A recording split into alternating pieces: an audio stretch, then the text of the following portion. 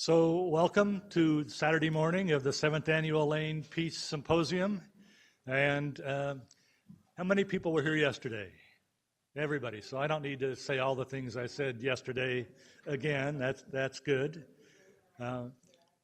Today we're going to be looking at Move to Amend and the process of moving to amend the Constitution to say that only natural persons have rights under the Constitution, not corporations, and that money is not speech for political purposes.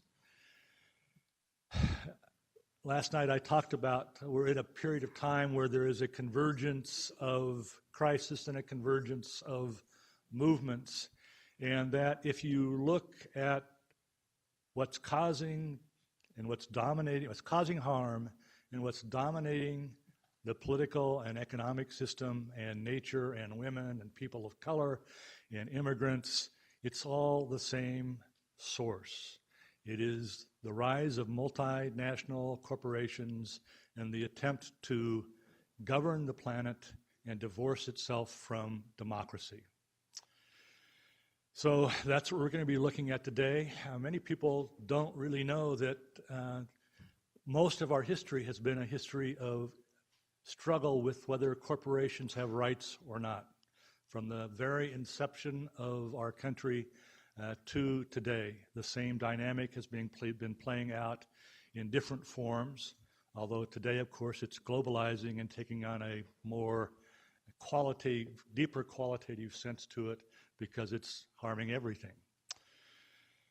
It's interesting to look at our history and look at up through the 1880s, actually through the period of time of the Civil War. Many people don't know that when Lincoln was president, coming from Illinois, he had among his cabinet members socialists who were part of that mix.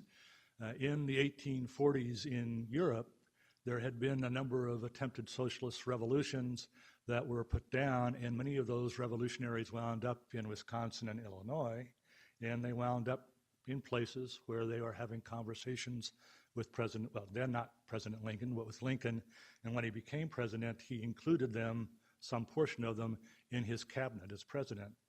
And if you look at his State of the Union addresses, his State of the Union addresses addressed the issue of the relationship of labor to capital, and he was very clear that labor was not subordinate to capital. And yet, here we are today in 2014, and we're not only talking about labor being subordinate to capital, but everything being subordinate to capital. So it's a sobering topic that we're going to be looking at today. We have the privilege of being here in this beautiful longhouse to kind of ground us as we go through this process. And I guess the other thing I would like to say before we move into the program is that this week in Eugene, there is this program here that we're doing is part of a global climate convergence framework. And if you haven't heard of the global climate convergence, this is a movement that I think is really taking up the mantle of where Occupy left off. It is a movement that is bringing all the movements together in a convergence. And what they're doing across the nation today and for since Earth Day and through Labor Day is a convergence of events that run from environmental Earth Day events to labor and justice events. People may not know that May 1st is International Labor Day, and it actually relates to Haymarket Square rallies in Chicago where anarchists were involved in organizing it. Police officers got killed with the bomb. The anarchists weren't responsible, but they were charged and some of them put to death for the crime. And the rest of the world took up May Day as International Labor Day, and when labor got the right to collectively organize and bargain in the United States, they moved it away from May Day into late September, so it wouldn't be associated with this radical history that we have. So part of what's going on is to get the movements to converge. And if you want to hear more about that, there is going to be a solidarity party tonight for the global climate convergence. That's going to be at the Boreal, which is at 450 West 3rd Avenue, and I'll pass this around so people can get the address, 450 West 3rd Avenue.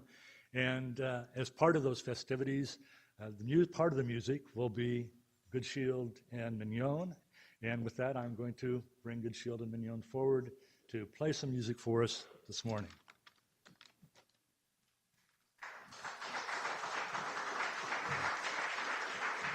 Good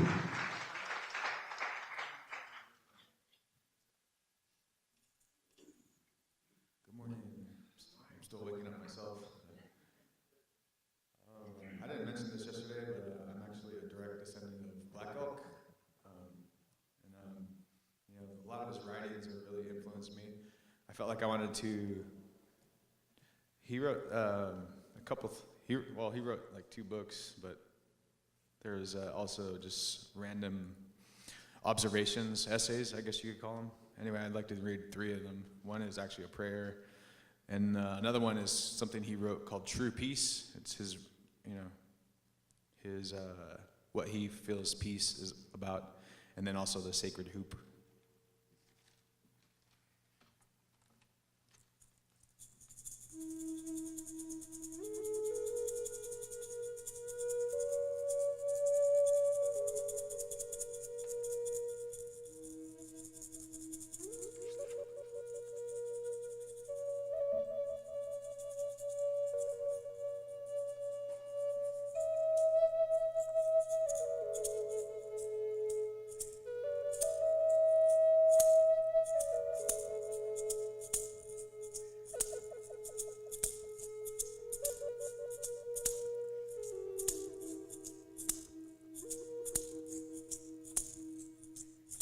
O great Spirit, whose voice we hear in the winds, whose breath gives life to the world, hear me.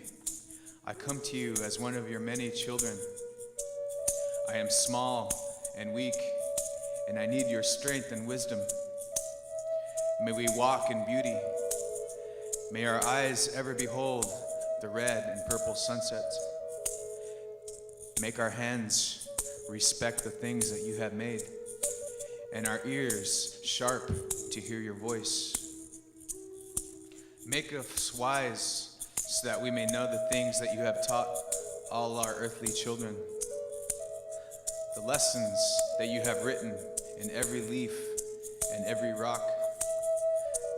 Make us ever ready to come to you with straight eyes, so that when life fades as the fading sunset, may our spirits come to you without shame.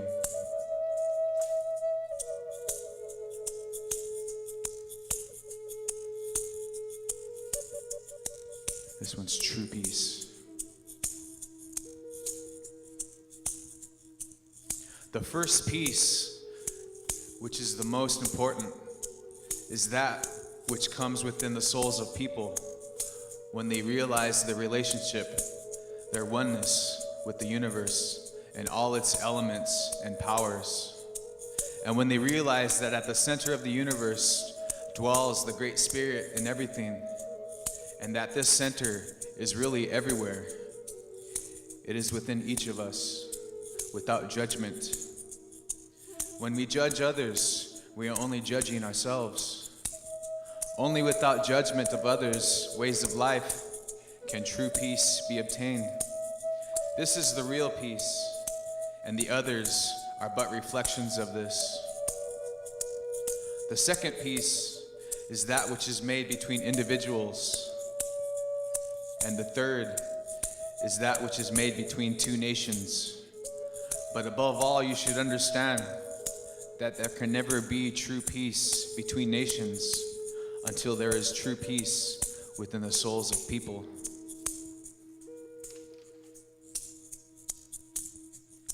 Sacred hoop.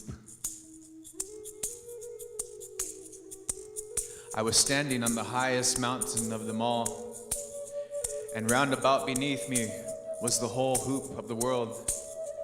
And while I stood there, I saw more than I can tell, and I understood more than I saw. For I was seeing in a sacred manner the shapes of all things in the form of spirit, and the shape of all shapes as they must live together like one being. I saw that the sacred hoop of my people was one of many hoops that made one circle wide as daylight, and in the center grew one mighty flowering tree to shelter all the children of Mother Earth and one Father Sky. And I saw that it was holy, but everywhere is the center of the world.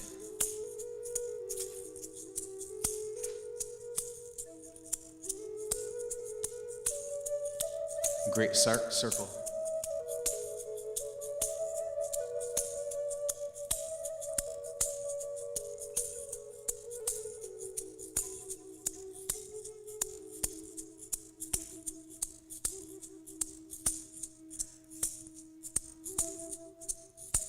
You have noticed that everything an Indian does is in a circle, and that is because the power of the world always works in circles, and everything tries to be round. And in the old days, when we were strong and happy people, all our power came to us from the sacred hoop of the nation. And so long as the hoop was unbroken, the people flourished. The flowering tree, the living center of the hoop, and the circle of the four quarters nourished it. The east gives peace and light. The south gives warmth. The west gives rain. And the north, with its cold and mighty wind, gives us strength and endurance. This knowledge came to us from the outer world within our ancestors. Everything the power of the world does is done in a circle. The sky is round, like the earth and the stars. The wind, in its greatest power, whirls in a tornado. Birds make their nests in circles, for theirs is the same creator as ours. The sun comes forth and goes down again in a circle, as does the moon. Even the seasons form a great circle in their changing, and always come back again to where they were. The life of a man or a woman is a circle, from childhood to childhood, and so it is in everything where power moves. Our teepees are round, like the nests of eagles, and these were always set in circles. The nation's hoop, a nest of many nests, where the Great Spirit meant for us to hatch our children. Oh.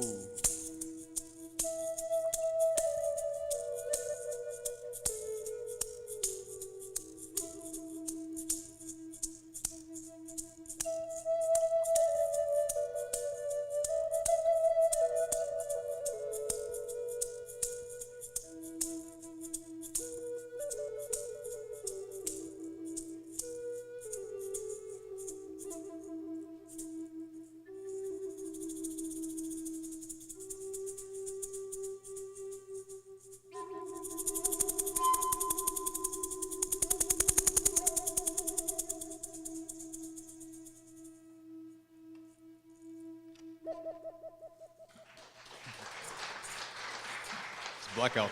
Thank you. I guess I'm slow again. Yeah, I'll do one more. This is something that I wrote, and I used to have it memorized, but I haven't been doing much poetry in the last year.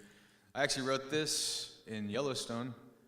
It was a morning we went out. It was probably about, I don't know, negative 12 degrees, and we heard that there was buffalo the day before, that, you know, some buffalo had been spotted, about 5 or 6 of them. So we went out there the next morning to try to catch up with them, because they were actually getting really close to the freeway. And we managed to find, we followed an eagle, because we came to this fork, these two places that we usually patrol. And an eagle started circling, and it went to the left. So we said, hey, I think we need to go that way.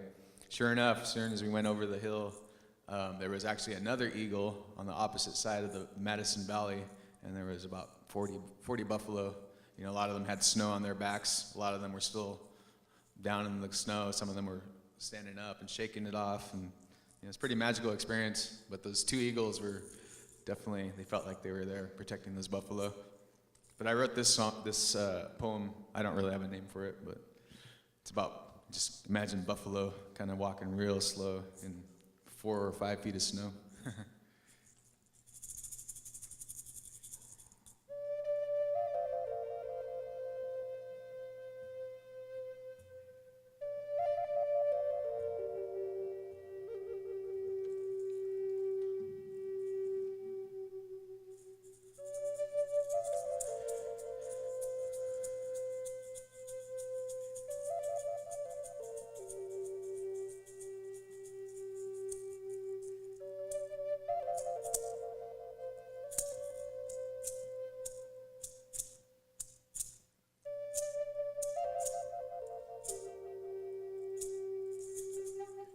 I'll just read. I'm following you. Yeah, I'll just go ahead and play it.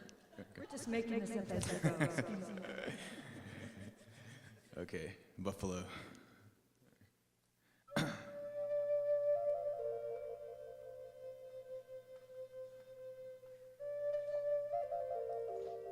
The crunching of snow beneath wandering feet, tap dancing in slow motion as to conserve precious energy, frozen in time and yet to awaken to the coming season ahead.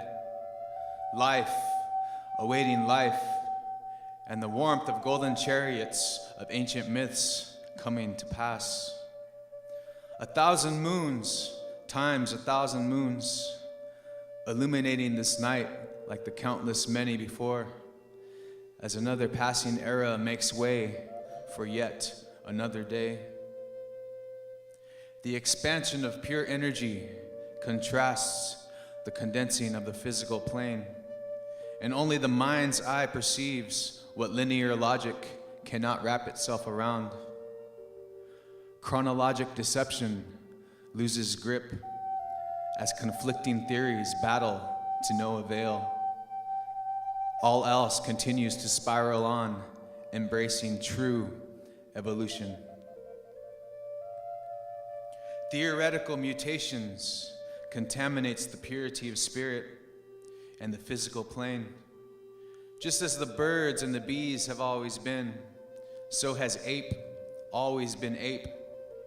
Yet humans being have temporarily ceased being humans becoming, not of primate or Neanderthal origin, but of dreamers dreaming and the meteors screaming of a temporarily forgotten knowledge.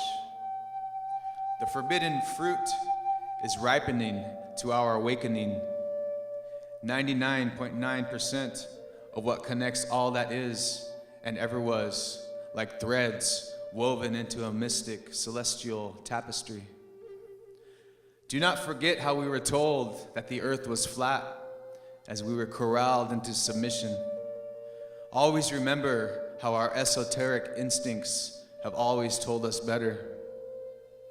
The inquisition of false idols, dividing and conquering through their distortions of pagan conceptions, diluted by hidden agendas and enforced with violence and double standards. The power of a butterfly hatching from its chrysalis far exceeds the brutality of the mightiest of militaries. Theories upon theories, feeding the wall of ignorance has always been fragile, whereas light and truth exude within everything in existence. As below, so above.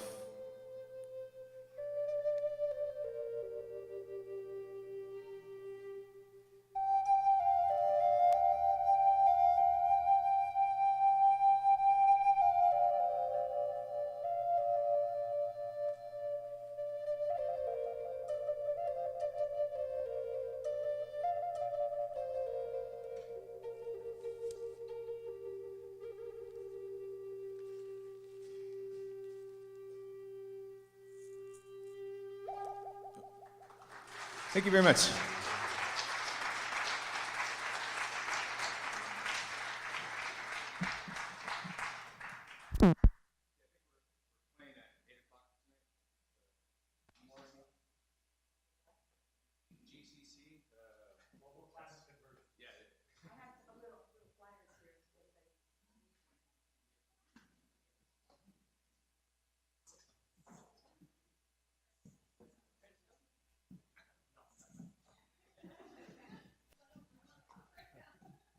It'll be right up, though. Thank you, Good Shield and Mignon. Wonderful, wonderful.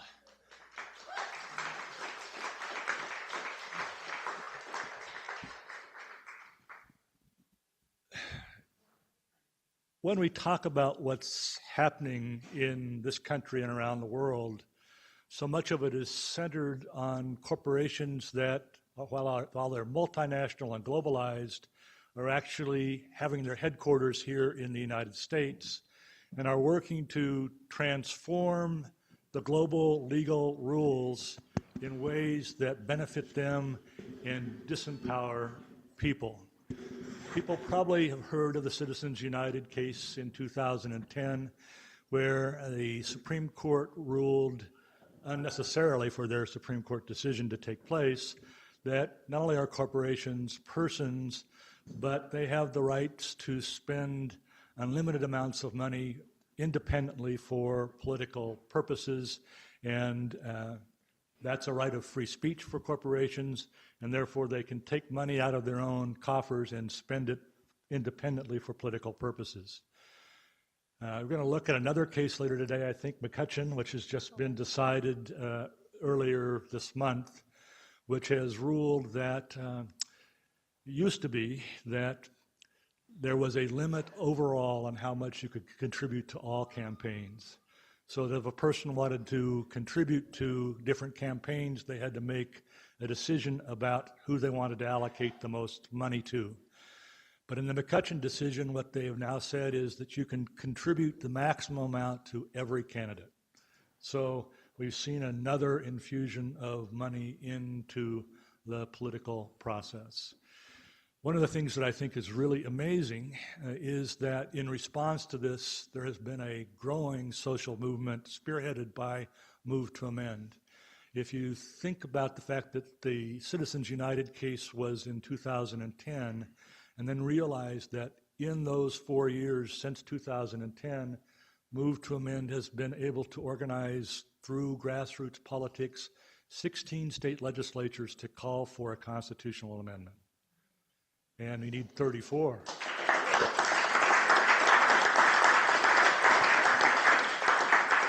So 4 years, almost halfway there, and momentum growing. I'd like to introduce you to one of the dynamos behind this movement, the executive director of Move to Amend, Kaitlin Sopoci-Belknap. I can apparently just talk and not even go over there. I was joking with Jessica that I feel like I'm wearing like a collar mic, but I've never tried it before, but I'm going to try this collar. So thank you, Stan. I actually think that more exciting than the state legislatures is the fact that over 500 communities have passed resolutions, and many of them, dozens of them, have done it through the citizens initiative process, where it directly is before voters. And every single one of the initiatives has passed, and most of them pass by much more than 50%, some of them 89%, I think is the highest one. But even in conservative communities, even in places where the same election, Mitt Romney won for president in Brecksville, Ohio, they passed the Move to Amend resolution and established a Democracy Day that would actually be is an ongoing every other year day where the citizenry come together and basically check in with their city council and legislators to say, how are you doing on getting our amendment passed? So it's very exciting, all the work that has happened.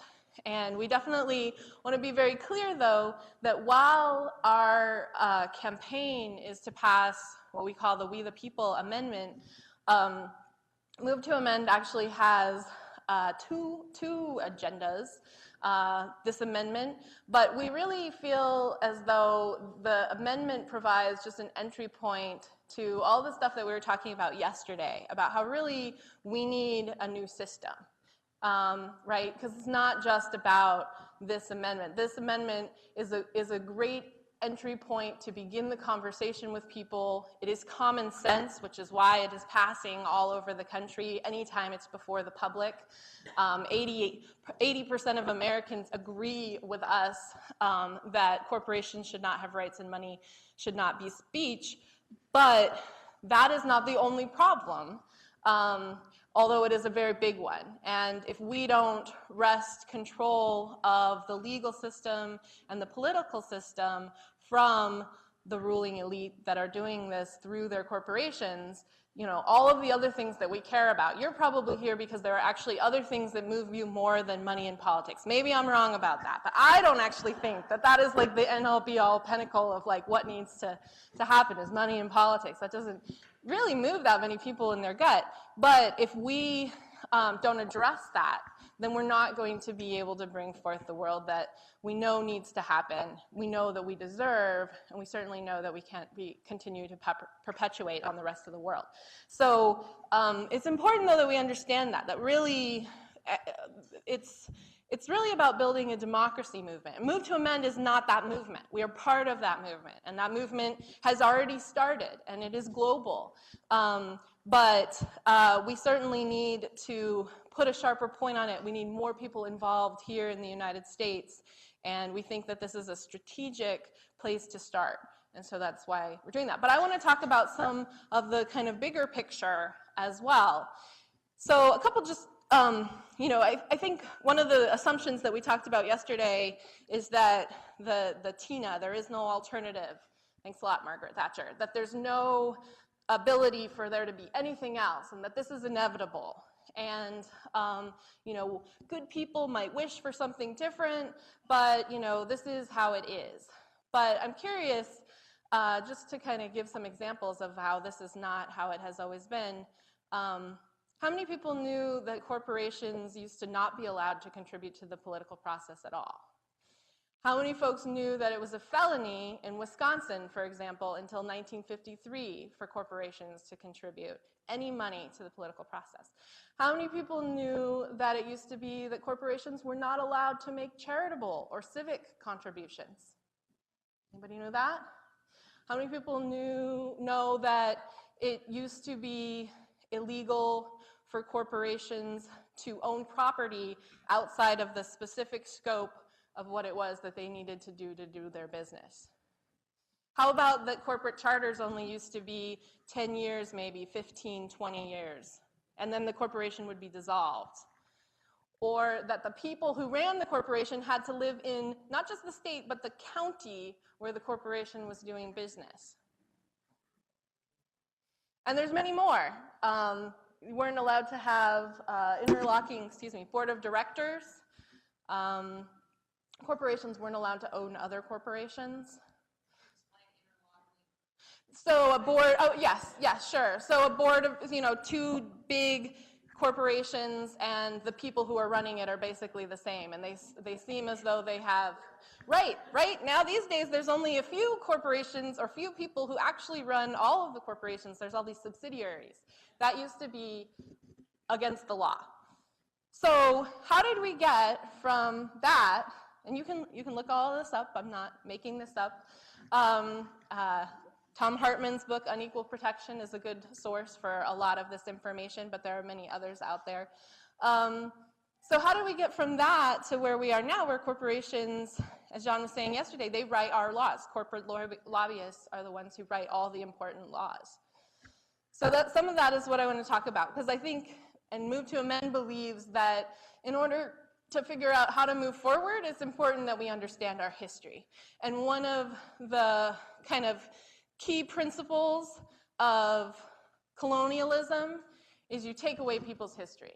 You remove their history. You make sure that they don't know where they came from and what was done before, and so they're sort of lost. You also take away their language, right? And so part of our coming out to a new world, a new way of doing things, is it's important that we recover our history. And we also have to recover, no good? My collar doesn't work? Okay. Everyone's looking like they like it. But if the people out there can't hear, then I guess we got to think about them too.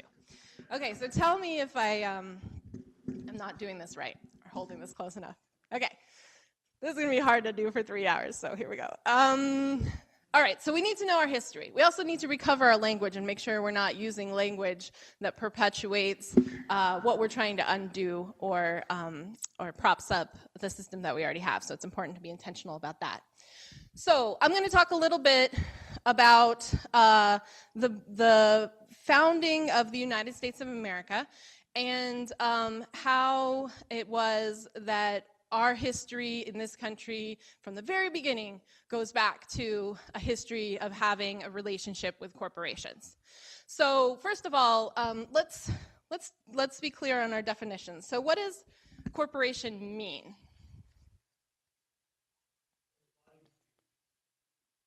Embodiment. Yes. Yeah. And what is its root? It's corpus, but it's Latin, right? Okay. And that matters for a reason, because the first corporations were actually Roman, come out of the Roman Empire. So the aqueducts and roads and walls and sometimes hospitals, all of these things were actually corporations. What do those things have in common? Yes, they're public infrastructure. Very good. So the first corporations, the idea was that you needed to pool money to build massive infrastructure projects, and the first corporations were used for building the public infrastructure of the Roman Empire. So keep that in mind, and then let's fast forward to the age of discovery, okay? So we know that Columbus, who is totally lost and has no idea what he's doing, stumbles upon the Americas. He, to the day he dies, is confused and thinks that he's in a completely different place. He thinks he's in India. And though he goes back, and all of the great powers of Europe recognize that there's this opportunity. There already had been doing trading, aka mercantilism and imperialism, in Asia and coming into Africa. And so there's basically this race to who can get to this new world that the Europeans didn't know existed and exploit it first. So we know, right, that Spain and Portugal and the Netherlands actually ended up getting here first in the southern and Latin American part of this continent. But what about England? Because we think of England and Great Britain as our, those are our forefathers and mothers, right? Well, they were in a position where they barely had any money, and the treasury, the crown. Because they had just been fighting wars with France, and they were not in a very good position to dig into the royal treasury and put together ships and go forth and plant their flag, etc. But they didn't want to lose out on this opportunity of rape, pillage, and plunder that the rest of Europe was participating in. So so the king tried to get the aristocracy to go forth and said, let's go, let's do this, we can do it together. And the aristocracy's response was, absolutely not, because of inherited debt. What's inherited debt? It's kind of what it sounds like. Anybody remember this concept? Yeah, so if you went into debt in your lifetime, then your son would inherit your debt, and then if you weren't able to pay it off, then your son would inherit the debt, and on until somebody ended up in debtor's prison, which was basically death. And why am I saying sons? I don't normally do that. I don't normally use male pronouns, but why was it sons? Women couldn't own property. Women were basically property themselves. They were chattel property. They were the property of their husband or their father, and if they didn't have either of those, then their brother or anybody, any male that they could find in their family, just to make sure that women didn't actually have any personhood under the law. So inherited debt had a major chilling effect on the potential colonial expansion on the part of Great Britain. But the king, in response, said, "That's okay, good news for you, I'm in charge." And real quick, why is the king or queen sovereign? What's the theory behind that? Where does that legitimacy come from?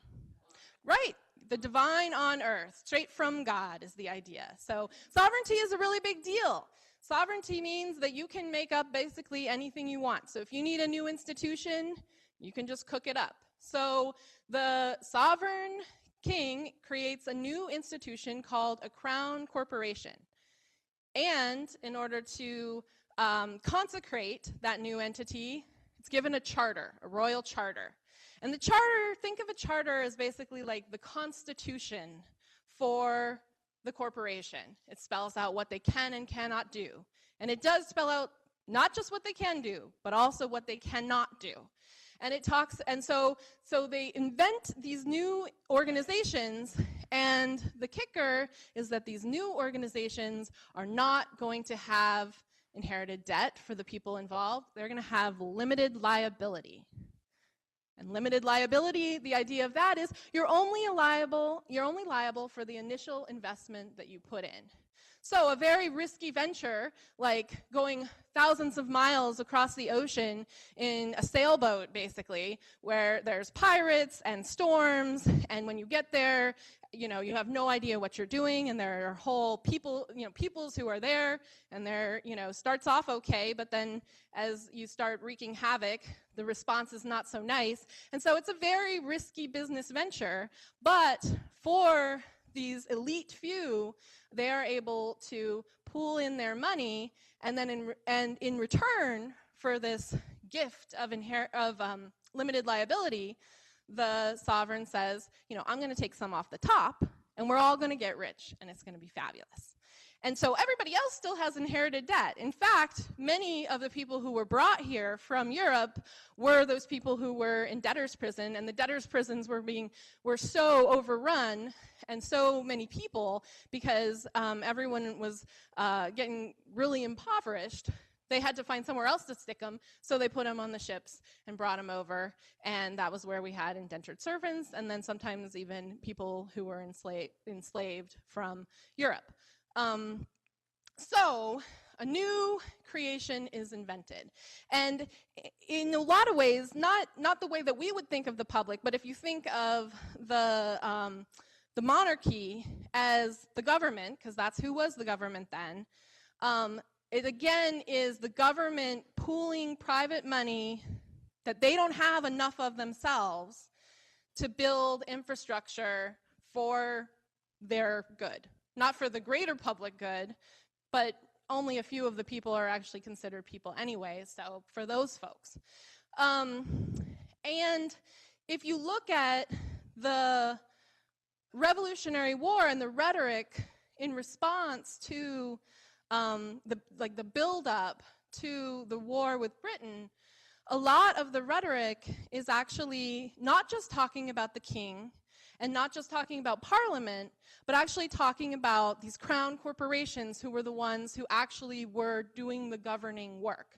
The governors of the colonies were basically like the appointed CEOs, appointed by the king to do the governing. And so a lot of the taxation without representation and the policies that were being done to, tighten down control as England was starting to lose control of the situation, was actually done by these companies that were the ones that were ruling the colonies.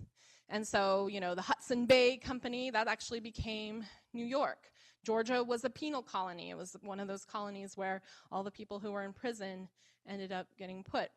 So the Revolutionary War was actually a rising up against corporate power and this idea of the king. And it actually started off as, when you look at the original writings of the patriots who later went to war, they originally started off saying, please, king, Parliament is mistreating us and we are your humble servants, and, you know, can you lighten the load a little bit here? They also wanted to be more part of Britain.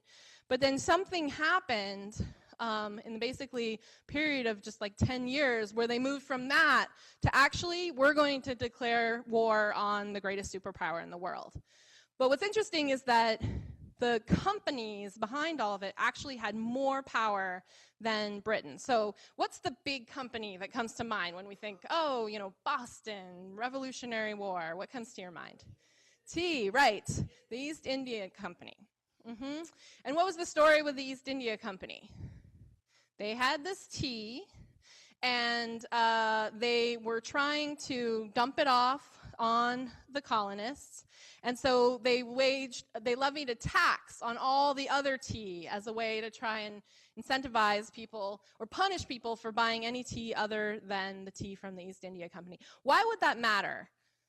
Well, one thing is that every single member of Parliament was a shareholder in the East India Company, as was King George.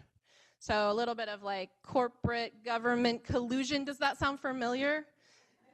Can we think of a time where that's maybe happened again?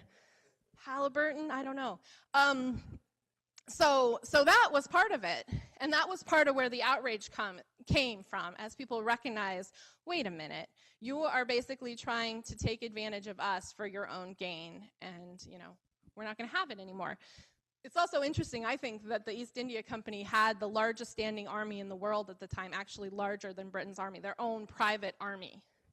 And people are also actually doing the work to understand that part of how, I mean, the main way that the East India Company got its power was by colonizing India and completely exploiting the people of India and dismantling their government and social systems and then, you know, inserting their own.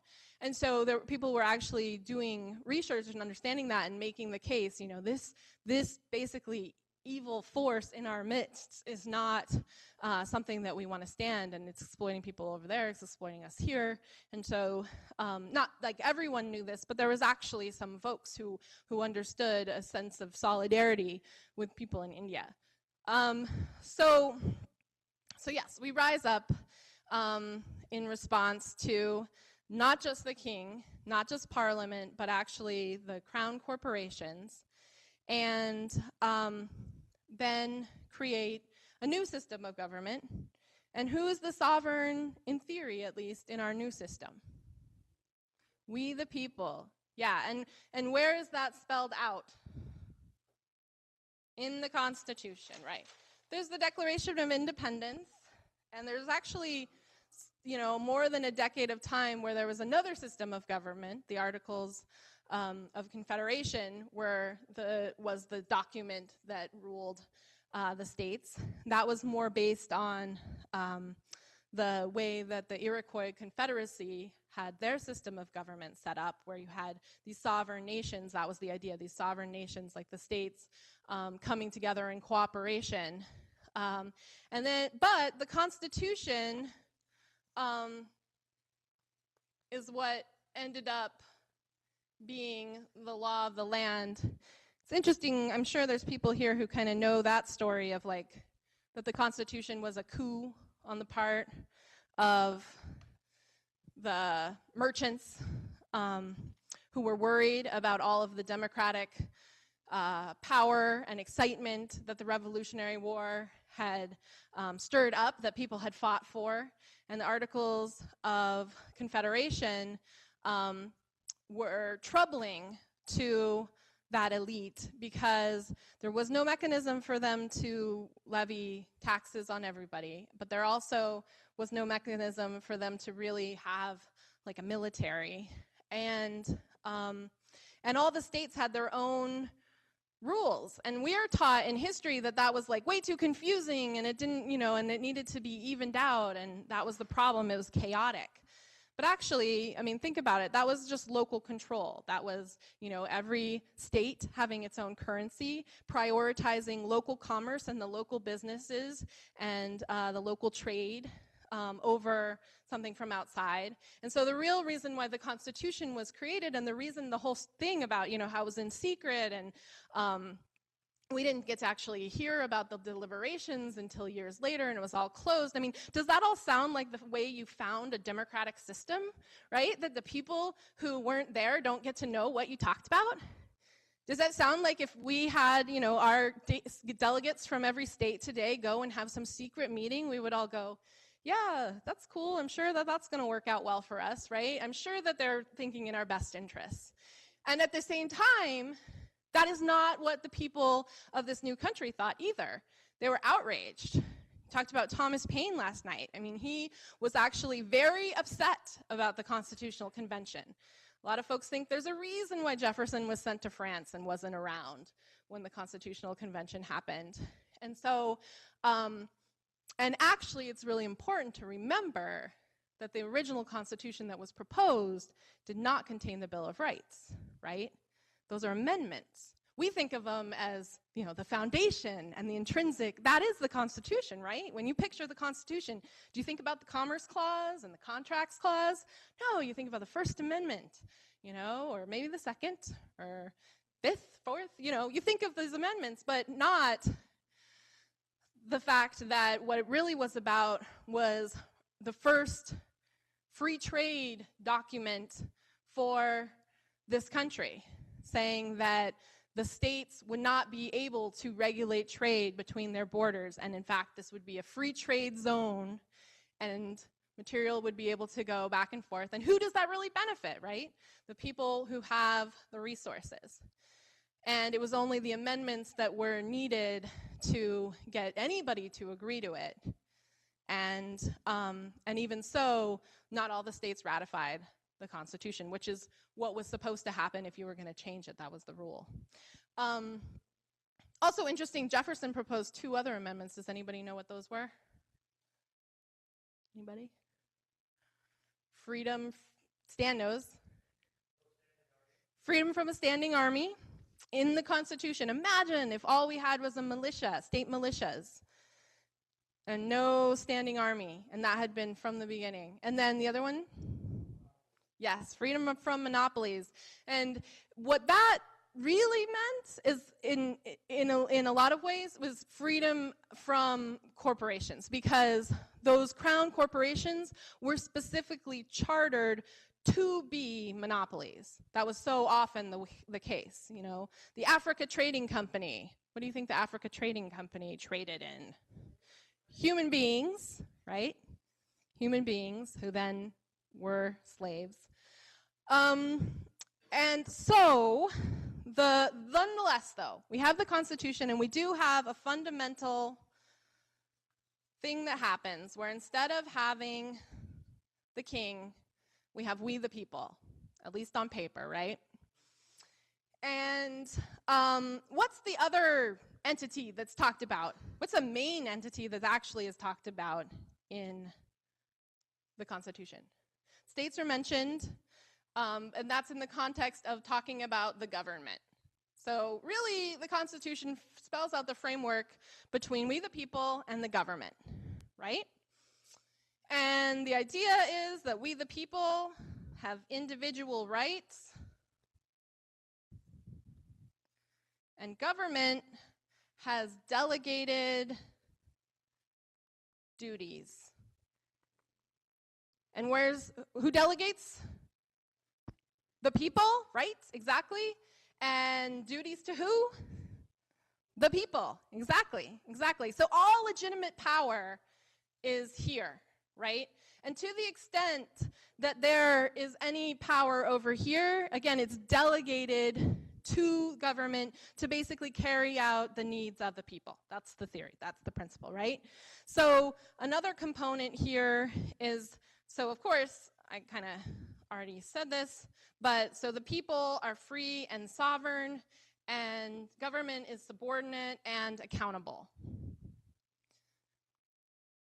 And accountable to who? Right, like this. Okay, and then the last thing is the idea is that we are private and this is public. So it's not actually that always we are private, right? If we, the idea is, if we inside in our bodies, in our in our houses, now in our cars. You know, when we're in our own space, we are private. And what that means is that government and the majority of people, even if they don't want us to be able to do something, even if they don't like it, in theory, cannot pass laws that limit our ability to do our own business in our own selves, right? But there's also the dynamic of when we go out into the public realm and we're involving more people, you know, it's not just then the government. We take on our collective public persona, and then there are certain things that we cannot do. You know, kind of the whole idea of like, my rights end where your face begins. Like, we're not supposed to just be able to do whatever we want. But there are some places where we can do just about anything that we want, as long as it doesn't hurt anyone else. And then, of course, this is always a negotiation, right? So there's a major problem here, though, aside from the fact that it was a coup on the part of the elite, but maybe this is kind of tied up in that, right? Who's we the people at that time? Rich white males. Sometimes you had landowning, yes, that was the rich. And sometimes you actually had to belong to a particular religion if you were going to be able to vote and participate. So what percentage of the population do we think that we're talking about? 2? A little bit higher. 5, 20.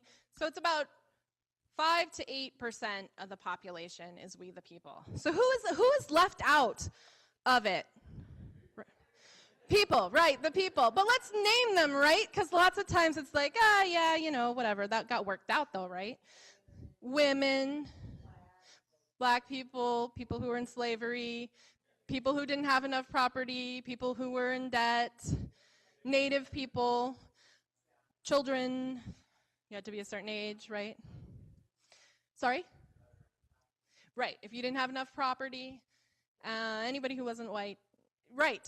So, as you said, who's left out? We the people, right? And you can see the history of this country through the lens of its people driving ourselves into this document to gain legal personhood.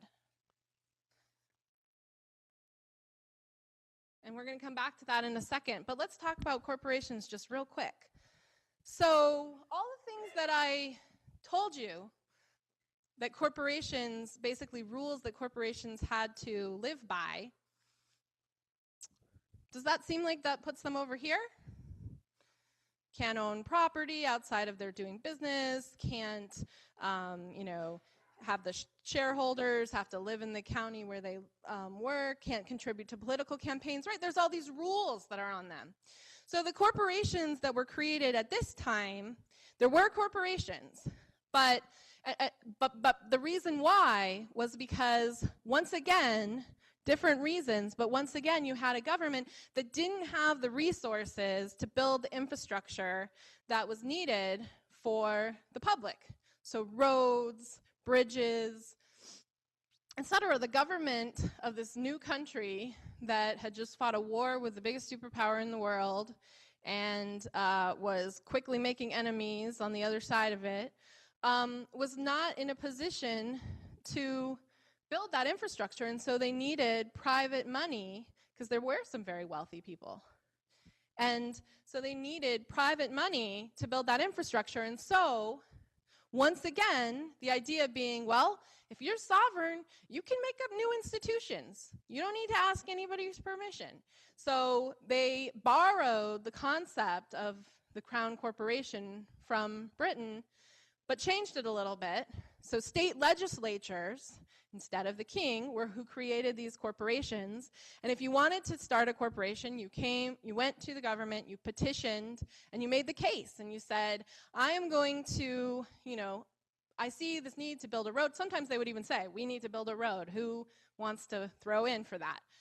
And the test that allowed a corporation to come into existence was that it had to serve the public good. Imagine if that was the test for you to get all the powers that come with incorporation. Because we still have limited liability, right? You still not responsible really for everything that this organization does, even if it's making money for you. And so at the time, they kept that idea of limited liability. Sometimes they didn't. Sometimes there was liability, depending on what kind of corporation you were doing, if it was something that was maybe more dangerous and risky, or you know, a little bit more questionable whether it was going to serve the public good. Like you were making the case that it was. I'm inventing something new, and I'm going to serve the public good. And they'd say, yeah, okay, but we're not necessarily going to give you limited liability. Because imagine if you were liable for what you did, what kind of precautionary principle that would kind of onus would be on you to make sure you weren't going to mess anything up before you just started making stuff, right? Would we have all the toxins that we have now if people were actually responsible for making those choices before they put them out there? So sometimes they had double liability. This was all something that was negotiated through the political process. It was state legislatures. It wasn't a man or woman in the Attorney General's office or the Secretary of State just stamping approval because you paid the fee, which is what happens now. But it was actually a whole deliberation. Is this going to serve the public good? How so? What kinds of restrictions do we want to put on it? And then almost all the time there was a limitation on the amount of time that the entity could exist. And if you wanted to keep going, you actually had to come back and petition and say, you know, we still need to continue doing business, and this is why. And you had to convince the state legislature to basically like pass a bill allowing the entity to continue. And if it didn't continue, then the people who had put in the initial investment got their money back, and there would be written in kind of what kind of profit you would make, and so you would make that profit if everything had gone well, say 12% or something like that. And then if there was anything left over, that would go back to the state, and the infrastructure would also then belong to the state. So like, how many people have been to Massachusetts? I went to college there. So in Massachusetts, right, all the roads are turnpikes, they're toll roads. That's all public infrastructure, and that would be how it would work. It would get built, and then it would be the public's roads. And so there weren't that many corporations. Not that that was the only way to do business. There were still people doing business. There were still people inventing things and making things up. It's not like this was this time of like no progress. But a corporation was a particular tool, a particular instrument. It came with a lot of privileges and powers. And so there were some trade-offs if you wanted to make one. So properly understood, it fit on this side of the line.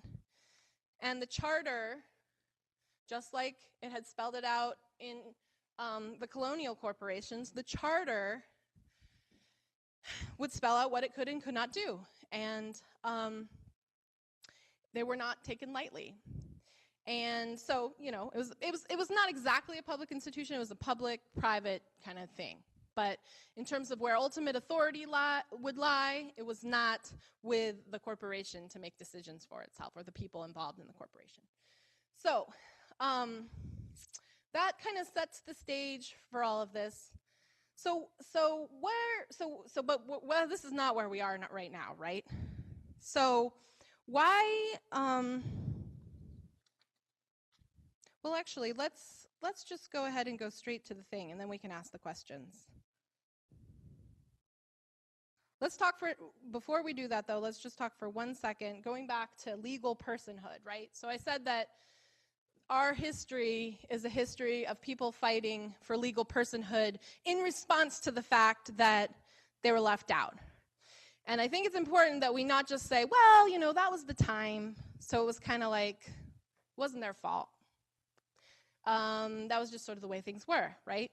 What about Martha Washington? Like, did she think that was the way it needed to be? Remember the letter that she wrote to her husband at the convention saying, hey, yo, remember the women, right? There were a lot of people who were saying, you know, it's up for debate, it's up for grabs how we do this. And there were choices that were made by the folks who represented this 5 to 8% that they were going to leave everybody else out. And it wasn't like that was inevitable, and it wasn't like that was necessarily the course, you know, that everyone was cool with that. Those were choices that were made, and it was a struggle. And the Bill of Rights was one compromise, but They left out everybody and created the conditions that required us to organize and to drive ourselves in for this legal personhood. Why does legal personhood matter? Why would you want legal personhood? Rights, yeah. So this is important, so you can have rights. Is there anything else? Protection. Exactly. If you have a right, then it's not only you have a right to do it, but if you're stopped from exercising it, you can actually, if government tries to stop you, and sometimes if somebody else does too, you actually can go and petition the government and have standing and legitimacy and sue and say, you know, my rights are being violated, and this law that's been passed or this way that it's being enforced needs to be changed. And if you don't have legal personhood, then you have no standing to make that argument. Is there anything else? There's also a cultural legitimacy that comes too, right? It's like, yes, there's the law and the political element of it, but then there's also just the whole way that society treats you, and that and the norms and the things that come out of the law and the culture are deeply connected to each other. Our laws are our codes that our society operates by, right? So if we have codes that say that you're not a person, well, then there's probably all sorts of ways, not just in a legal framework, that that's going to impact your life. And then if you do have personhood, that's going to change things too, right? Okay, so let's talk about how it is that corporations got basically on the other side of the line, right? That's what happened. So I've got all these, can I hand them to you? Cards here, maybe mix them up a little bit. We're gonna need some volunteers, some lovely volunteers to come up to the front of the room, and all you have to do is read a card. You're not gonna need to improv anything. And there's enough of us here that maybe a few people won't have to do this, but almost everyone's going to. Go ahead. So, oh, yes, thank you. And so if you do take a card and you haven't already signed the video release, you'll need to do that too. So just raise your hand. Jessica will hand you a card. We'll do this a couple times too, so if you don't get one this time, you'll get another chance. So, and then Stan's got the video release form. So if you didn't sign a video release this morning when you first came in, make sure you get them one of those. Okay, so those of you with the cards, why don't you come on up here? And let's start over here on this side. We want to be in chronological order. And we helped you cheat. So actually there's a number on the back. You don't need to do a whole lot of figuring out what year we're talking about. So 1 is going to be over here. And I'm pretty sure we're all capable of counting off. Okay, are we good? So you're 1, 2, 3, 4, 5, 6, 7. Everybody in the right place? Okay, so we'll use these mics here, and what we'll do is I'll hold it for you while you read, and then you're going to hold it for him while he reads, okay? Okay, just give me a second, because I want to read it first, too. Okay, to yourself. I hate Fair enough. people do that without being prepared, so I don't want to do that to everyone. Tell me when you're ready.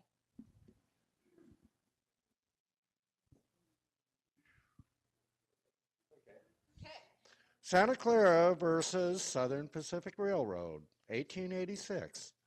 Without any formal argument, the court declares a corporation a person with the same rights as human beings. They grant them the 14th Amendment right to equal protection that was supposed to protect recently emancipated black folks. Justices have since struck down hundreds of local, state, and federal laws enacted to protect people from corporate harm because these discriminate against corporations. Hale versus Henkel, 1906. Corporations get Fourth Amendment, quote, search and seizure protections. Corporations use this right to demand that regulators get warrants before they can inspect businesses for violations of labor and environmental laws. Dodge versus Ford Motor Company, 1919. The Michigan Supreme Court rules that a corporation exists to maximize profits for its shareholders, regardless of the impacts on the planet, economy, or health and safety. This ruling mandates perpetual growth and practically guarantees human and environmental abuses. Pennsylvania Coal Company versus Mahone, 1922.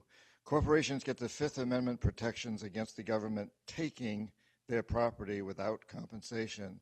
They use this right to argue that any law that infringes on their profit is a takings, and they can sue to recoup all the profits they were making and would have made if the law had not passed. Lois K. Liggett Company versus Lee, 1933. The people of Florida passed a law that levied higher taxes on chain stores than local businesses. The Supreme Court overturned it because it discriminated against chain stores and therefore violated corporate 14th Amendment rights to equal protection. Buckley versus Vallejo, 1976. The Supreme Court rules that corporations have First Amendment rights to freedom of speech. Since corporations do not have mouths to speak with, the court rules that they speak by spending money in elections. This opened the door to a glut of corporate spending in the political process. First National Bank of Boston versus Bellotti, 1977. Corporations use their First Amendment rights to overturn state restrictions on corporate spending on political referenda. This precedent is used, along with Buckley and Vallejo, to thwart attempts to remove corporate money from politics. Pacific Gas and Electric Company versus Public Utilities Commission, 1986. Although PG&E has a monopoly on utilities in California, they refuse to allow an advocacy group to use extra space on their billing envelope to encourage energy conservation. The court sided with PG&E, upholding the corporation's right not to speak and protecting what they called the corporation's, quote, freedom of mind. International Dairy Foods Association versus Amistoy, 1996. The Supreme Court overturns the Vermont law requiring the labeling of all products containing bovine growth hormone, citing the corporation's right not to speak and extending it to statements of fact as well as statements of opinion.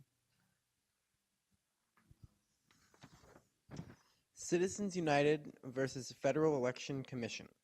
Supreme Court reaffirms that a corporation is a person and states that any restrictions on corporate money in elections violates the corporation's First Amendment rights to free speech. This ruling overturned most provisions of the McCain-Feingold legislation that restricted corporate money in federal elections and reversed a 100-year precedent of congressional authority to regulate federal elections. It opens the floodgates to unlimited corporate spending in elections. $6 billion is spent in the 2012 election cycle as a result. McCutcheon v. Federal Election Commission, 2014.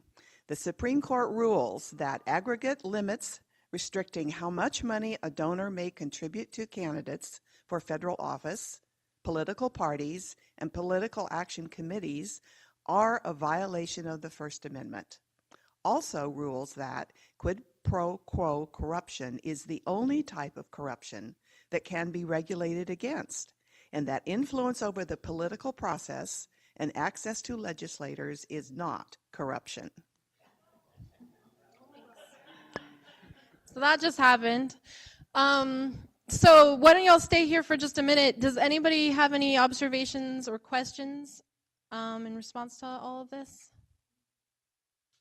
Yeah. Hold on one sec. I'll walk my mic. Or you want to do it? Sure. Well, the first one seems like it was pretty like arbitrary. Probably someone got paid off. It just came out of nowhere, and it seems totally crazy. And also, and some of these seem kind of innocuous, and some of them are kind of horrible. And then the last one is just outright that you can be corrupt. It's fine, you know. So it was like it was this initial corruption, and then these sort of it doesn't seem all that bad maybe, and now it's just corruption's okay in our government. A couple things about this one. We actually have another version of this timeline that actually shows it's a rollout one, and it has corporate rights and people's rights. And so there are some cases that happened before the Santa Clara one, and a little bit of context there. Yes, it was a very corrupt court. It was the robber baron era.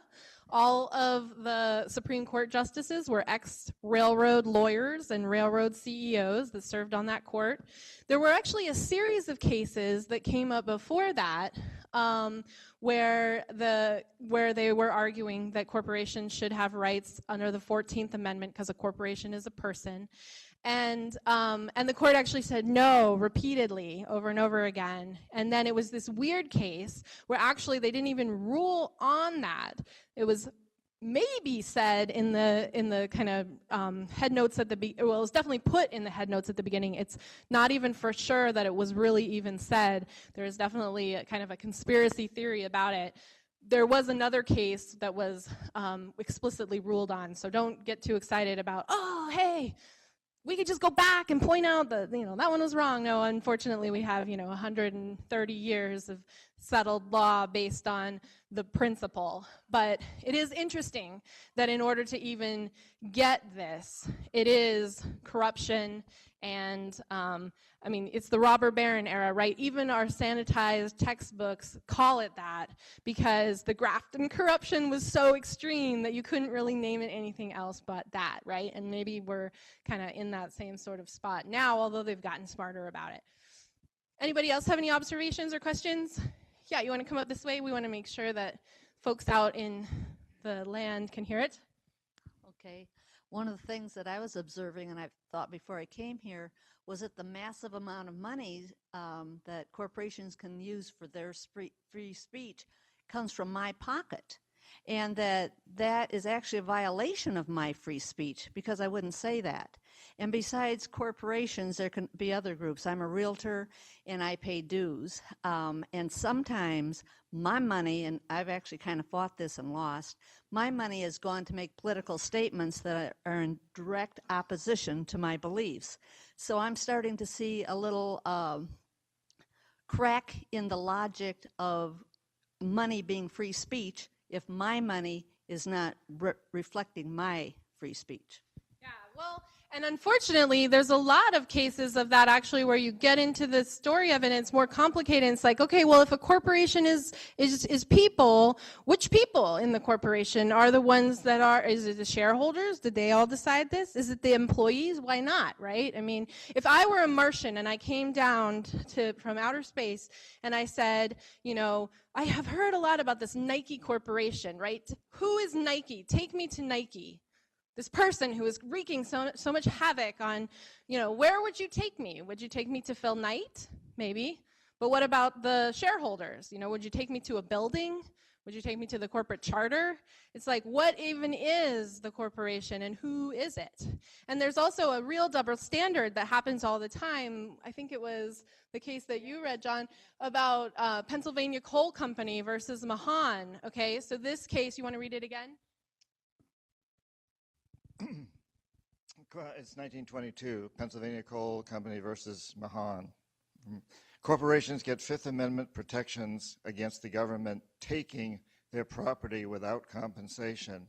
They use this right to argue that any law that infringes on their profit is a takings, and they can sue to recoup all of the profits they were making and would have made if the law had not passed.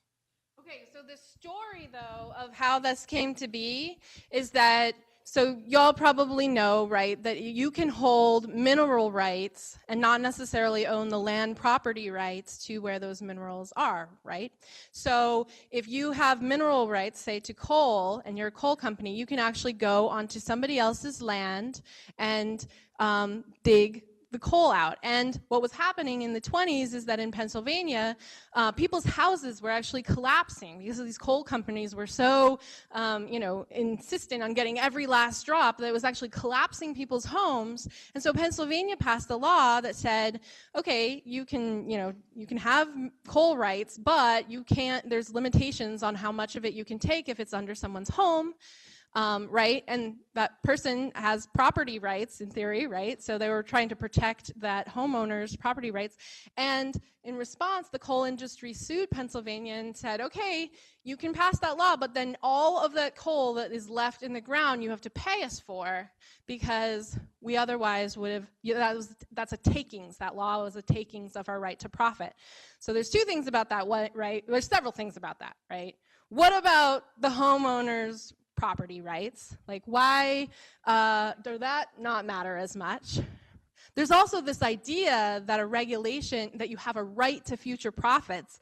Where has that come up again maybe more recently than the 20s? Every free trade agreement that our country creates, right? That is a concept that is in NAFTA and the FTAA, and it's how the WTO operates, that basically if you can claim something, if any place tries to protect itself, then you still have to pay as if you had been able to take that. And what does that mean? That means that places like Pennsylvania say, we can't pass laws like that because we can't afford to protect people. Or we, the government of Canada, cannot pass laws that restrict companies from doing X, Y, Z because we would have to pay for all of the profit they would have gotten.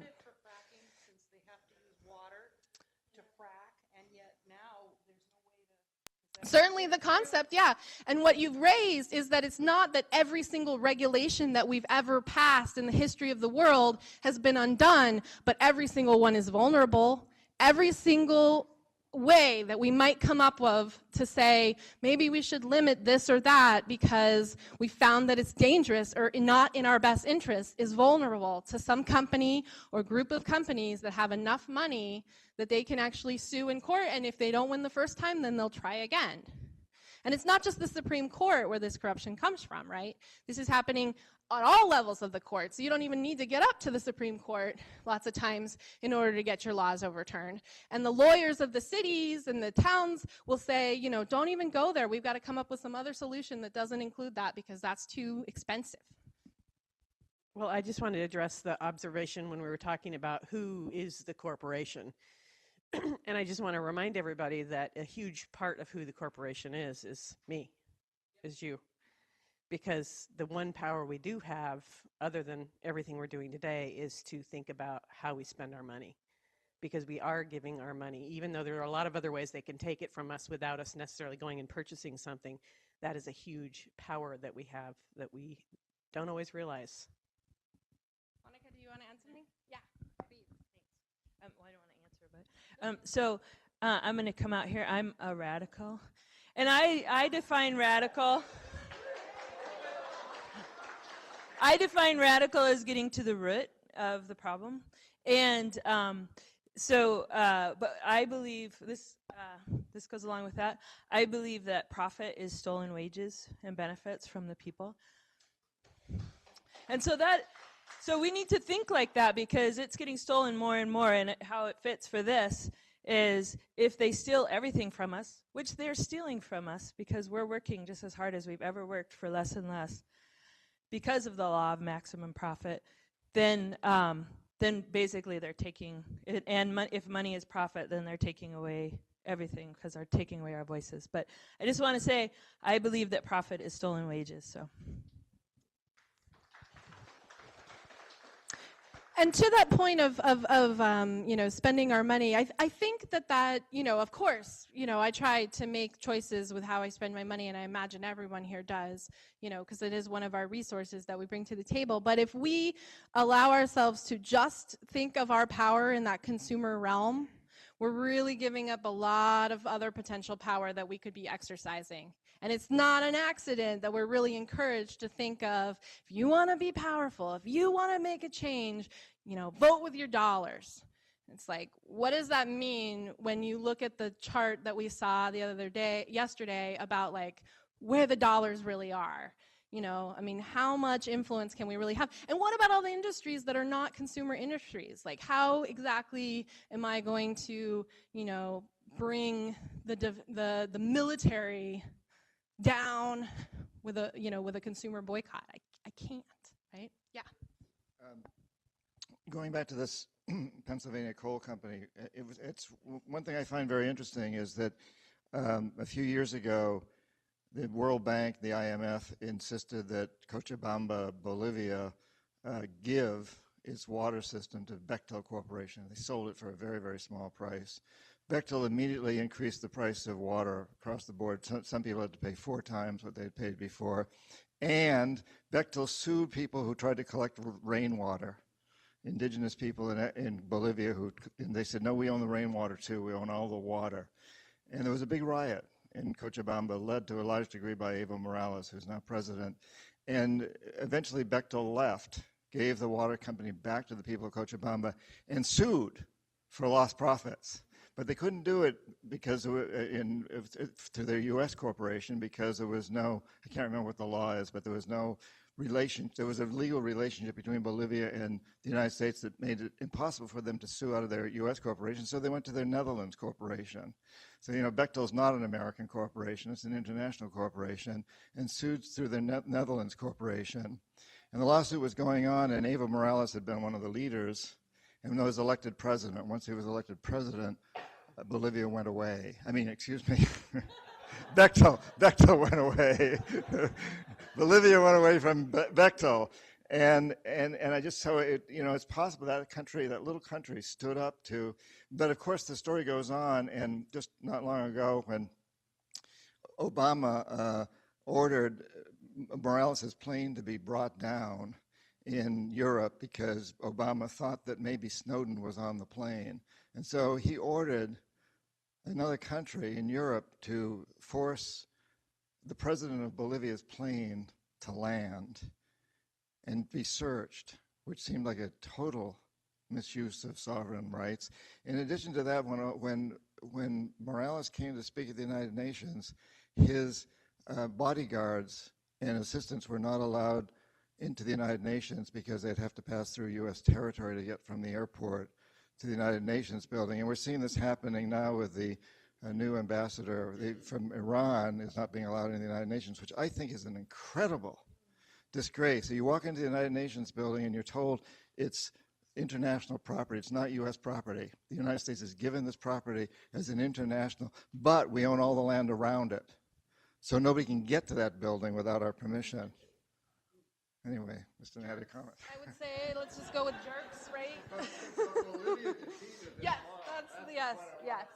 Bolivia defeated this Pennsylvania coal versus Mahone or Mahan or whatever you call it. Can I bring something really, just really 2 things that I really see. I see how we've been colluded into this unknowingly, as many Americans have pension funds, and we don't vote on how those funds are used. And I think it's important for people to look into that. Then the other thing I think about is how oil companies, with 350.org, they talk about their $27 trillion worth of profit that's in the ground, and that's based on that they know they can get, because the law says they can. And those are 2 things. The pension funds we can fight, but I haven't even learned how to do it yet. But it's just important that we're part of that whole thing. Okay, I see 2 more hands, and then we'll go on. We'll go here and then here. Okay, actually, I just thought of something I do have to take issue on, and, well, maybe not completely take issue, but I want to reassert the importance of our personal choices, and it's coming out here this morning. I took the bus. There is one other person in this room who is on that almost empty bus. And folks, we know this. We know what the CO2 levels are. And I know the bus service out here is pretty crappy. That's the best in town, but we've got a sort of not quite there yet bus system, but we've got to make that choice because it takes ridership to build a bus system. Yes, there certainly are choices that we can make, and we should do what we can to make those and advocate for our public infrastructure. And there's a reason why the public transportation whole system in this country is so bad, and it's because of the automobile industry. I encourage everyone to look for the film Taken for a Ride, about the dismantling of the streetcars in LA by the automobile industry and the tire industry, which created the buses and the havoc that is in LA. And every single city had the same thing happen to them. Go ahead, Dave. Were you going to talk about ALEC? Yeah, go. If there's anything you want to say. If you were, It's well, not going to necessarily come up unless you say. well, I was. It was very interesting. At one of our, the national convention of Move to Men in Madison a couple of years ago, there was a person there who had been at an ALEC meeting. ALEC, I can't remember what that stands for. Thank you. American Legislative Exchange Council. And it is formed by corporations. It started about 40 years ago, where it was a private and secret organization of corporations who helped write legislation to give to congressmen in various states. They worked with the state legislators, and they would write legislation that would benefit themselves, and they would have these boilerplate laws, which then they would invite congressmen to come to their meetings, and they would share this information with them and encourage them to go back to their own states and write legislation under their own name, but that would be beneficial to the corporations. And there was one man there that was interesting at this, that was a legislator. They were having dinner. It was some meeting. And at any rate, he stood up and he says, "This is incredible. This is wonderful." He says, "We are like a football team." He used that analogy, that we are like the players and you are our coaches. Now, I thought that was the ultimate in corporate stranglehold on our democracy. Yeah, but that's not quid pro quo corruption, so that's completely legal, right? No problem there. And it's worth noting that they not only give them the laws, they give them a lot of champagne and really nice hotels, and it's a wine and dine situation. Yeah, Monica.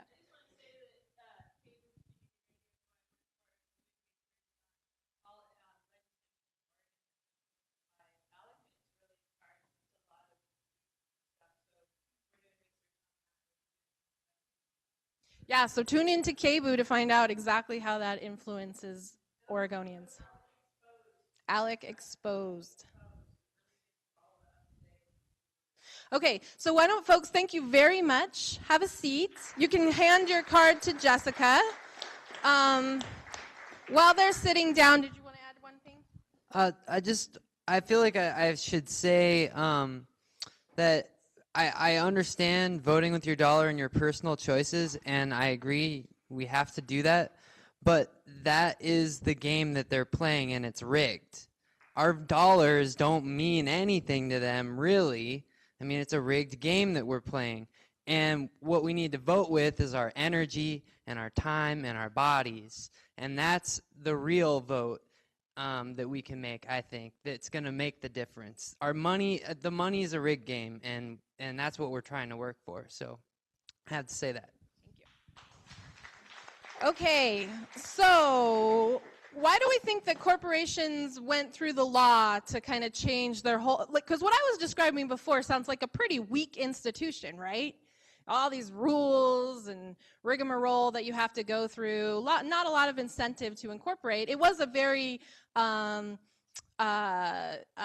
stable form of doing business, right? You get limited liability, you're probably guaranteed a profit because you're building public infrastructure that's needed, but there's not a lot of glory in what I was describing. So why do we think that they went through the law to make all this change in the whole way that they operate? Exactly, yeah, because with the law comes legitimacy, that legal personhood. I think you were the one who talked about defending, you got defended, you can be defended by the law, it's protection, right? So who are you protected against in our framework, right? These rights and everything, in theory, what they do is they protect you against the government. And this is a system that was set up kind of with the idea of a little bit of distrust for the majority rule, right? There's the minority rights because the majority rule, you have to be careful about what happens with the majority. And I don't really disagree with that. Certainly history has shown that sometimes the majority do not make the best choices. So there are these rights that you need to protect against, and in fact, the government needs to kind of have some boundaries around it. So, but if you take an economic institution and you say it has no boundaries, what does that mean? That means we have no say over the economy.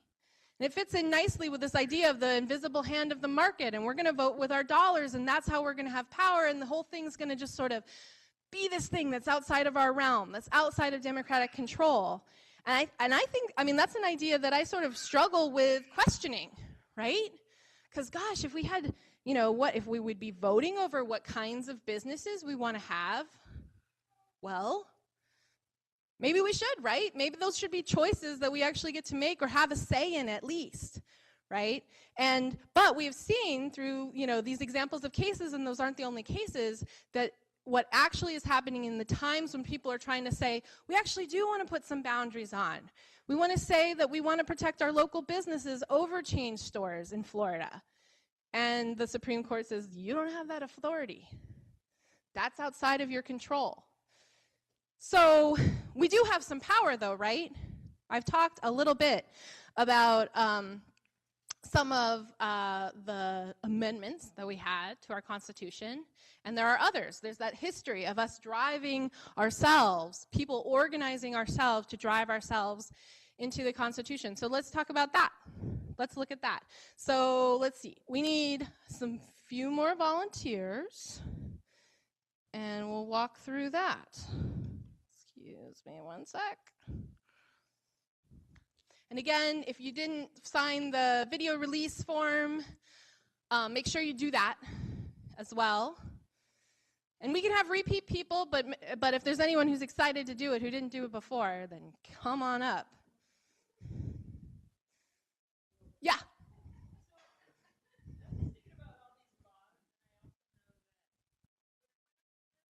I was thinking about the laws, and I know that the corporations also don't care generally if what they do is legal or not, because they just have to pay big fines, and usually the profit they made is much, much more, if not thousands of times more. And so I'm wondering if Move to Amend and others have studied if these laws are really to make dissent be illegal, so that, like, to control us from rising up a little bit more than they are to even, because the laws in this country have been used very selectively, as we all know, usually against people of color and poor people. So I'm just wondering if really the creation of these laws in general is more to make sure that dissent is made illegal. So I think this is a really good point. I mean, I'm not sure that all of them are smart enough to necessarily always think about that, but certainly what the effect is. I mean, I am an elected official. My partner serves on the city council in Arcata, and I know any time that they're thinking about something that they're trying to do to protect, they've got their lawyer that says, oh, but we'll get sued if you do that, and you definitely don't want to be sued by PG&E. You definitely don't want to be sued. The bigger they are, the less likely you want to get sued, right? Because they're going to win, and and if you're the government, you're going to have to pay their legal fees if they win. So it's not just a waste of time. It's, you know, it is money for social services that comes out of the general fund. And you're thinking about that as a representative of the community of, like, you know, what's possible. And especially in a situation now where our local government and our state government are so strapped, you definitely don't want to do anything where you know that you're taking a stand and you're just going to get lopped off, and it's going to be for nothing, except for that, you know, there will be that many less people who are able to get food stamps or whatever. So, did you have something you want to add? What she, just to add on to what she said about dissent already, when a big dignitary comes to town, you're only allowed to protest in a certain little area, usually removed from where the action is. So.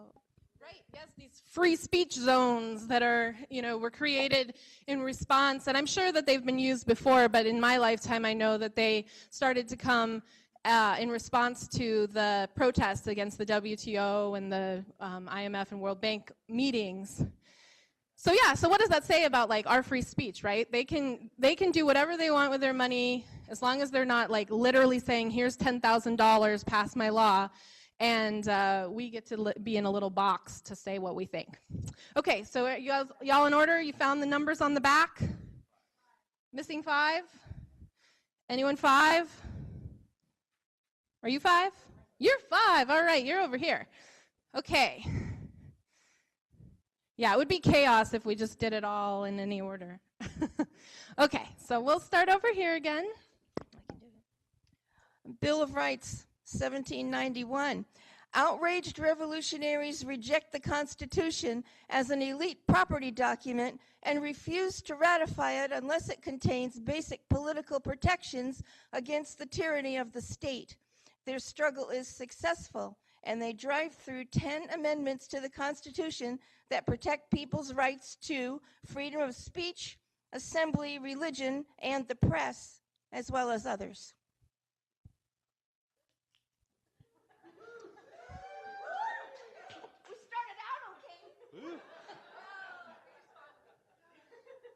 Okay.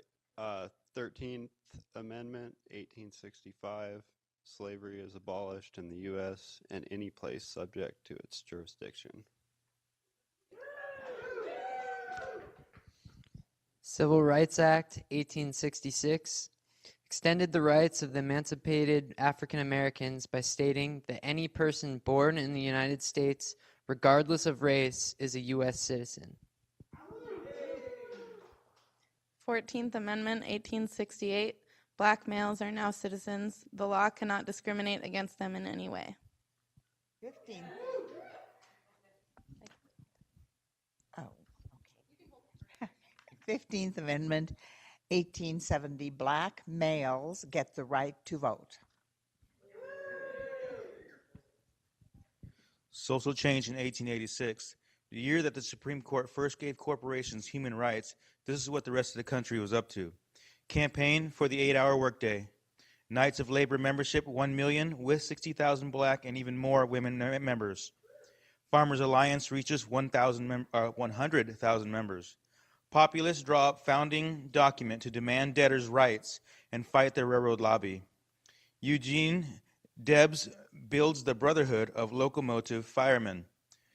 Das Kapital by Karl Marx published in English. And police brutalize labor activists in the Haymarket Massacre. 17th Amendment, 1913. The U.S. Senate is now elected by the people instead of appointed by state governments. 19th Amendment, 1920. Women finally get the right to vote after 75 years of struggle.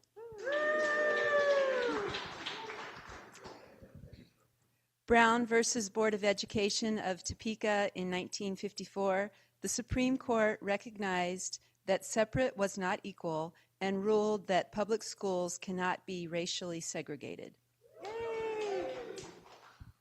Civil Rights Acts, 1960 established federal inspection of local voter registration polls. 1964 prohibits discrimination based on race, color, religion, sex, national origin by federal and state governments. Woohoo! Sorry. 1968 prohibits discrimination in sale, rental, and financing of housing based on race, creed, and national origin. Woo! 24th Amendment, 1964, abolished poll taxes which were used to keep blacks and others from voting in some states. 26th Amendment, 1971. Voting age changed from 21 to 18 years of age. Passed to recognize that if 18-year-olds could be drafted into military service, they should be allowed to vote. In Roe versus Wade, 1973, the Supreme Court rules that state statutes against abortion are vague and infringe on a woman's 9th and 14th Amendment rights to privacy. Abortion is legalized in the first trimester of pregnancy. Okay, so y'all can stay up here for a moment. Anybody have any observations about these?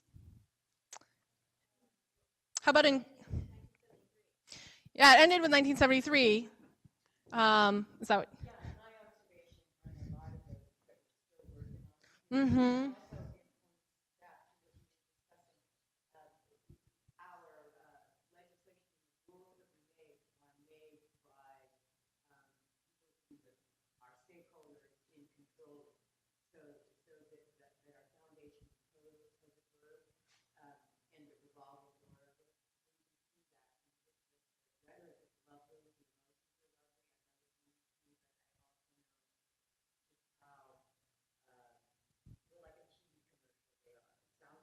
Mm-hmm. It's a struggle, right? Yeah, it's not just, okay, it's on paper, it's in the Constitution, now it's done and definitely going to happen. It has to be something that is continuously fought for, and the things that were amendments versus the Supreme Court decisions were actually to try and say, no, really, this meant something, right? Black people have equal protection. 14th Amendment says so. No, really, we're going to force the Supreme Court to change their position on segregation because they actually basically took away the 14th Amendment by codifying separate but equal. Yeah, I was struck by the history of 1886, the year that Santa Clara established corporate personhood. It was an amazing time of populist revolution. I mean, it makes anything that's gone on in my lifetime look silly. I mean, there was a massive uprising in this country, even as they were laying the groundwork for total corporate domination. Yeah, so it wasn't inevitable, right? It was a fight. No. And there were a bunch of things that those populists and others won. Labor unions, the 8-hour work week, the citizens' initiative process that we have in so many of the Western states was fought for by the populists and codified into law. In California, they had a constitutional convention, and they have this wonderful language from the Constitutional Convention of 1879, the same era, talking about how never shall the police powers of the state be used for corporations over the people. It's amazing. It's beautiful. And it was a struggle, right? It was a fight.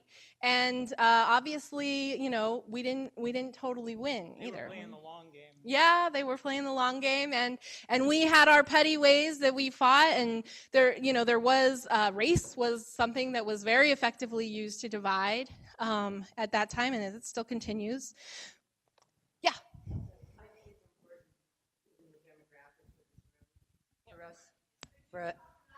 Yeah, I can.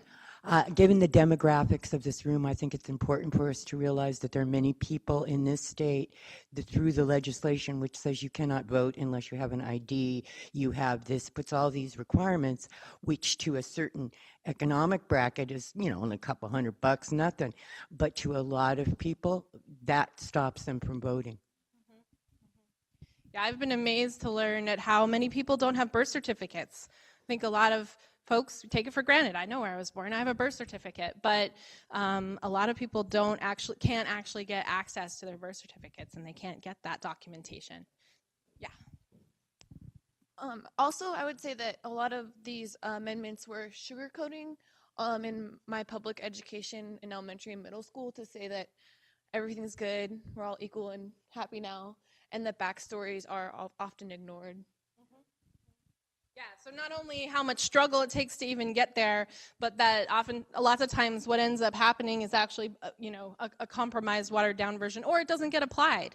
I mean, how crazy is it that, so the abolitionist movement is a lot of what was behind the Civil War, not the only thing, right? So you end slavery through the Emancipation Proclamation, then you need to pass the 13th Amendment to codify it. Then you need the 14th Amendment to actually say, well, but and now you have equal protection. Sort of seems like, duh, why do you even need to say that? But you need to say that because immediately, there's laws passed saying, okay, well, you're not a slave, but you can't have access to this, that, or the other thing. And then you need the 15th Amendment to actually say, well, you can't discriminate on someone's right to vote based on the color of their skin, which by the way, is not a right to vote. We don't even have an amendment that actually says, if you are a person or a citizen, if you want to even go there, you have a right to vote. So if the votes get sketchy and there's hanging chads in Florida and blah, blah, blah, nobody can actually go into court and say, my right to vote was denied, because guess what? You don't have one under the Constitution. So yeah, there's a lot more to all of these stories. To me, what I see is every single story, there's a backlash. And the biggest backlash is being done by those people called corporations, those corporations who call themselves people. They have the money, the intelligence, and they can do the backlash on every single thing that we vote for. So that's how they undermine us. Well, and I think that the reason why it's corporations is not really because of anything intrinsic with corporations, but it's just that is the tool of the modern day that is most effective for amassing capital and power.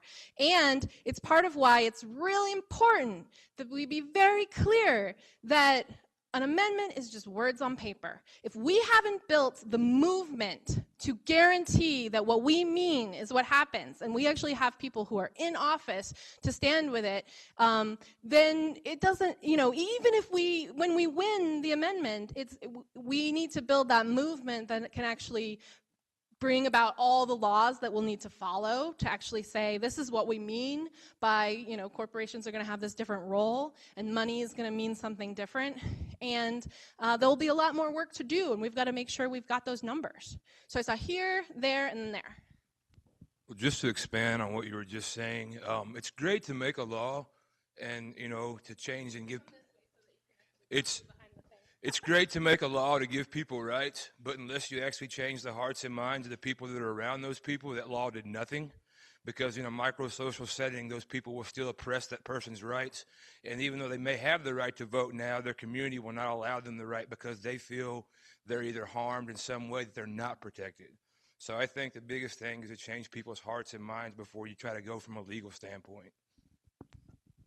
All right. I'll not say anything so that we can get all these comments, and then I'll say some stuff at the end. Here, and did you want to go, Monica? Is that way you follow us around then? Here, and then here. So what I noticed when paralleling the green sheets with what we were discussing earlier with the blue sheets is that we, the people, are a lot further behind in this process. We're still struggling to get people the rights to vote, whereas the corporations are already advancing, and they're working on their political initiatives, and they're setting legal precedents through court law that we haven't. I think one of the first legal precedents was the Roe versus Wade. So I think that we really have a long ways to go to catch up and take a lot more action in setting that legal precedence.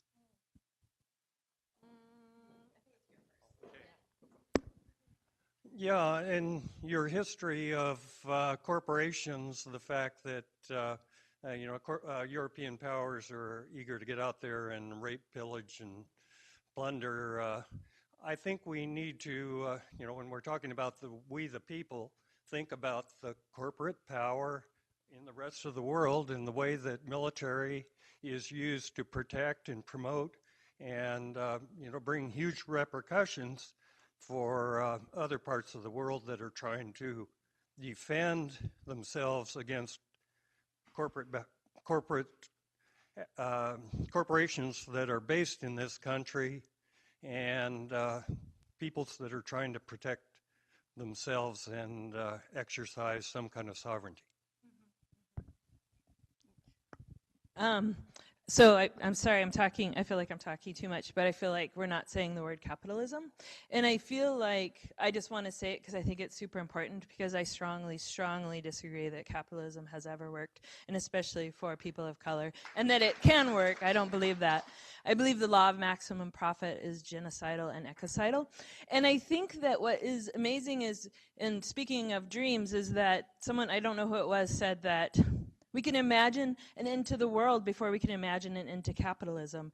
And that is outrageous, and we need to acknowledge that, because there are so many systems that could be so much better, and it's a dream that this is a good system at all, and it's a dream that, that there can't be other systems. There have to be other systems, and almost immediately.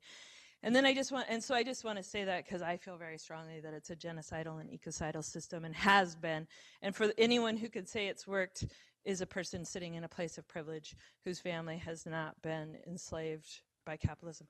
And then I also want to say that I feel like it's also our responsibility to read the new Jim Crow, if people haven't read it, which talks about the history of controlling especially the African American population and the prison industrial complex, and how that is the new Jim Crow right now. So. Okay, whoa, I see lots of hands. But okay, so we can do that. We'll go here, here, here, and here. And yes, please, yes, I'm sorry. If y'all want to go sit down, that's fine. And then we'll go here. So actually, let me do numbers rather than here's. 1, 2, 3, 4, 5. Thank you. What is blaringly obvious to me from seeing all this, and from my situation being a high school graduate, a college graduate, is that we need some serious reform in our education systems and programs, because in a matter of, how long have we been here? Well, depends what we're here, but in this room here together in this gathering. I mean, I feel like I've learned a tremendous lot, and if every high schooler, if every undergrad came through and had at least that level of awareness, I don't think we would be here today. I think so. I think that's a big part of the problem, and I also see some alarming actions taken to undermine that even further. And I think that can also be an opportunity, though. So I'm an optimist, and I had a question for you. I'm curious, what is the relationship between city charters, state governments, federal governments, when it comes to authority and the interaction between those different entities? Because they're all legal structures and they all have rights.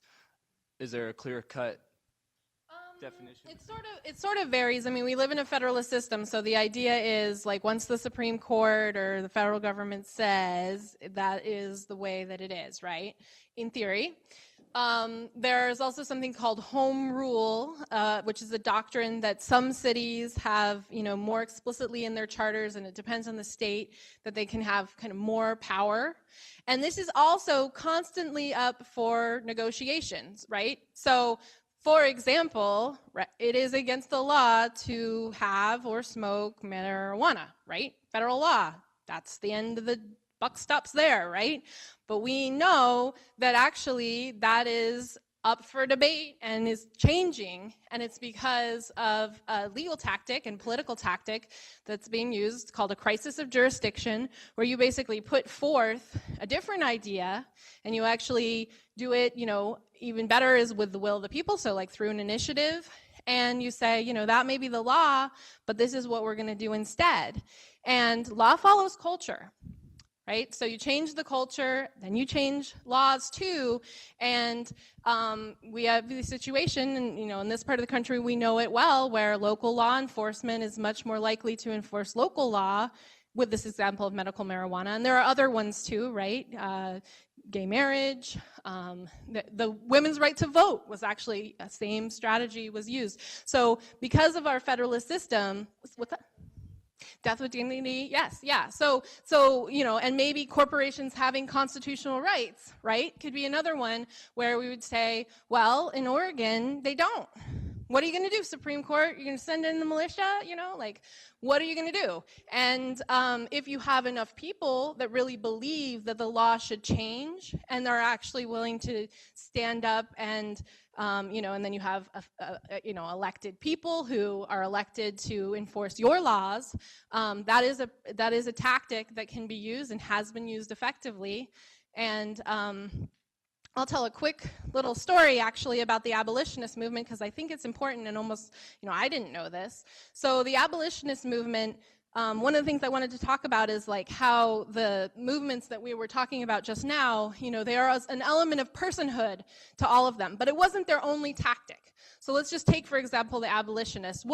Does anybody know what other tactics the abolitionists used besides the 13th, 14th, and 15th Amendments to end slavery and to guarantee equal protection? Boycott? Tell us more.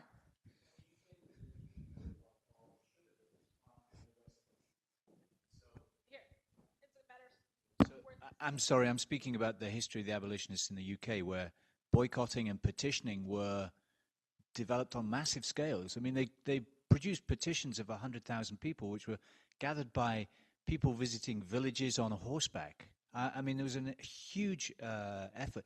The number of people that were willing to boycott sugar that had been grown in slave plantations was enormous. So the consciousness was, the awareness was very, very widespread in the UK in those days. Yeah, so using outside power where there's outside to have pressure, what are some other tactics? Yep, apartheid stuff.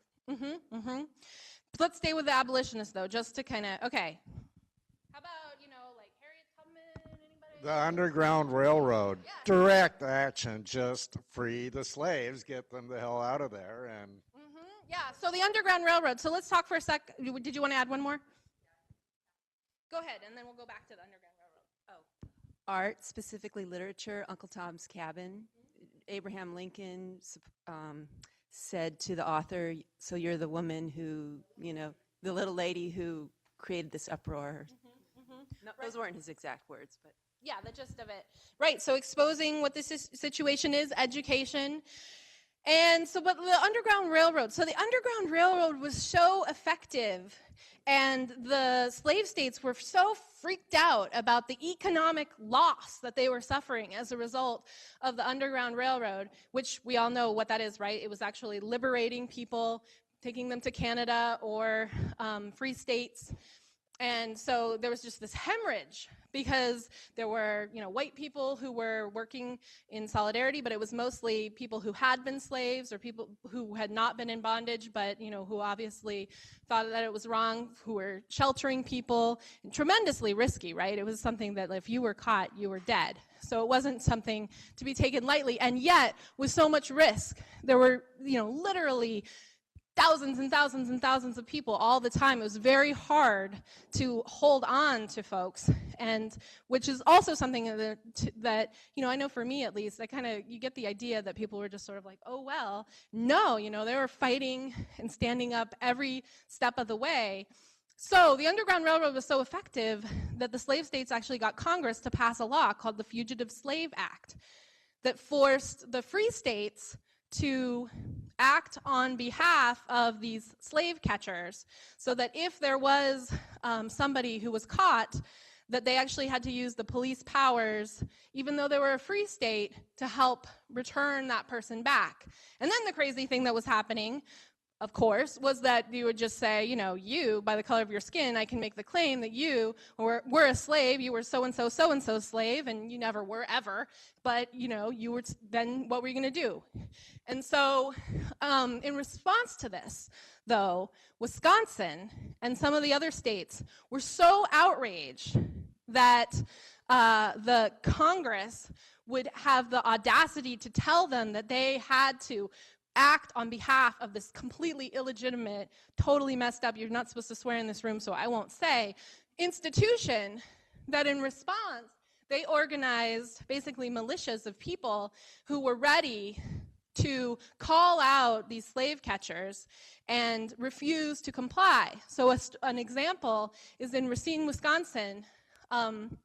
This man, Asa Glover, who actually was one of those examples of somebody who had never been a slave, but he was a black man, was playing cards with some folks, and some bounty hunter guy comes in and says, this man was a slave of so-and-so, and he gets taken and put in the holding cell in Racine, where he's going to be taken the next day down to whatever, South Carolina or whatnot. and a man named Sherman Booth, who was part of this organized People's Army to defend, that was part of the abolitionist movement, to defend, went on a Paul Revere ride through all these towns outside of Racine saying, the slave catchers are in our midst. I can't really tell this story without crying. I always try and I fail. The slave catchers are in our midst. And so everybody comes out. They basically end up with 1,000 people in front of the jailhouse. The governor calls in the National Guard. They refuse to come. And the people organize a meeting outside of this jail. They pass the writ of open sesame, which gives them the authority to rescue Asa Glover because Congress has no authority to pass this Fugitive Slave Act anyway, and that's what they say. So we are under no obligation to follow it, and Congress be damned. And they use a battering ram to make their point. They get Asa Glover out. He goes to Canada, and then Sherman Booth goes on to basically be in trouble with the federal government.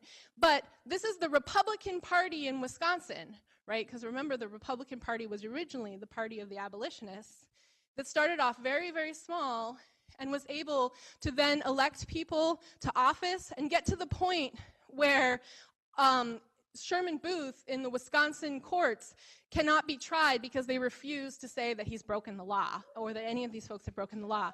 And Wisconsin actually says, if you really try to enforce this, we will secede from the Union.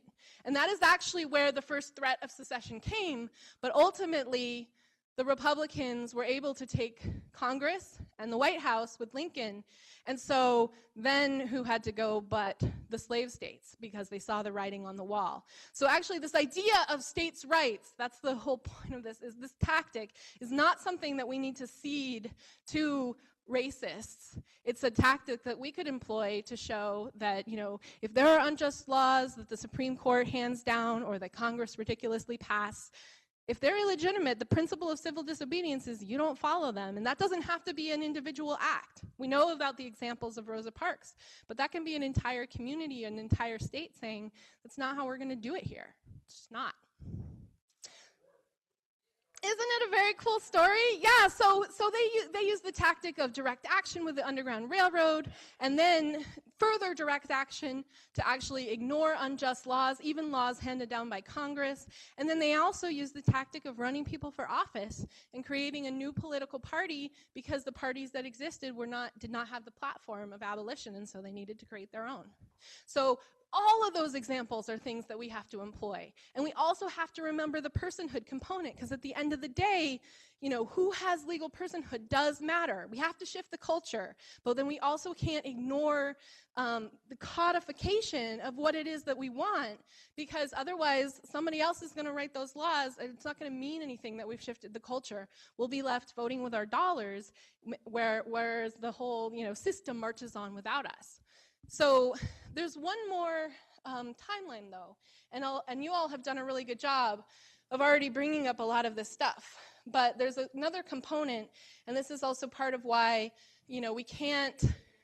Oh yes, I'm sorry. I got so excited about Asa Glover that I ditched the stack altogether. Something that we all forget, and it's really important.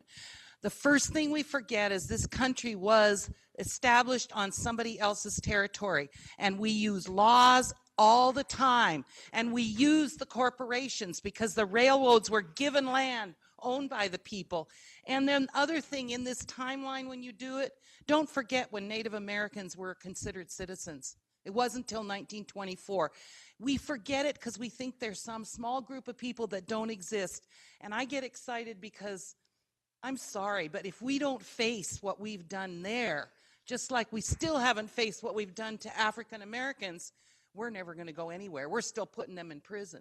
So I want to say that only in terms of that timeline. Be sure to put that in there. Well, let's look at the next timeline that we're doing. Okay. Excellent segue. Yeah.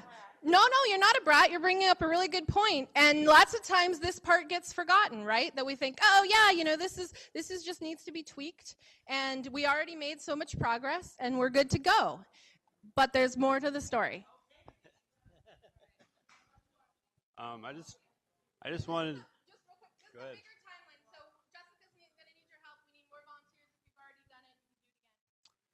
Yeah, I just wanted to bring it back to the original writing of the Constitution. I think that one key thing that's missing is really the rights of animals and plants, and and if we were to amend that today, it could be huge. So I think that's an important thing that that's missing. I agree with you. Okay, she still needs some volunteers. And remember, there's numbers on the back, so you can put yourself in order. She still needs some more. Unfortunately, there's a lot of stuff to say in this one.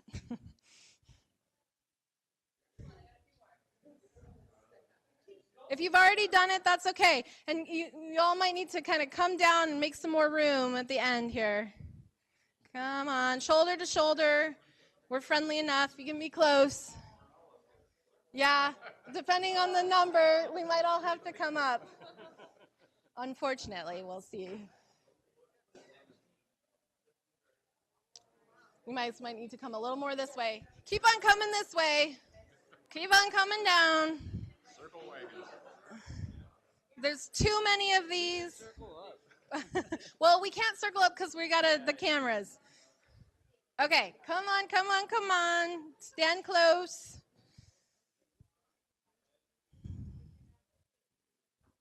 Do we end at 12 or 12:30? Stan, is lunch at 12 or 12:30? 12, okay. Okay, we all good? Y'all have a giant space there. Come this way, come this way, come this way. Don't be afraid of your neighbor. Okay, all right, good job. All right, so we're gonna start here with one. And let's do this one quietly. You're gonna want to hear all. Read slowly, clearly, and loudly. And there, if you can read on the back, if you want to turn, you can see what. Act 10, 1639. This Virginia colony statute grants the privilege of armament to all white men, including indentured servants, but excludes black men. Negro women not exempted from tax. Act 7, 1668. Virginia colony law declares free English and free Negro women will be equally taxed, but Negro women will still be without rights. An act preventing Negro insurrection, Act 10, 1680. Blacks are banned from carrying weapons of any kind, and if they presume to physically resist any Christian, they are punished with 30 lashes on his bare back, well laid. Blacks could also be legally murdered if they are found lurking in obscure places, avoiding labor. Slave and Servant Codes, 1680 to 1705. Established term slave as equivalent to Negro, while servant now refers only to non-blacks or white persons. Slaves can be accidentally killed by their masters without penalty, and are slaves for life along with all of their children. In contrast, servants are granted new protections and privileges, including the right to take their master to court, the right to marry another European immigrant, and the guarantee of a severance pay and a plot of land when freed from service. Black-white marriage is banned, and interracial sex is fined. U.S. Constitution, 1789. The writers of the Constitution were very interested in protecting their property and increasing their wealth. They wrote a founding document that protected property over people and removed the government from the will of the mob without using the words slave or slavery. They made slavery legal and institutionalized it. The Naturalization Act, 1790. Immigrants are allowed to become citizens, but only if white.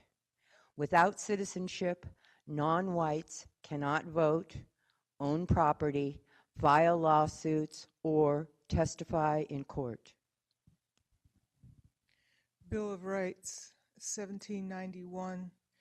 The first 10 amendments to the U.S. Constitution were adopted to protect we the people from excesses of government.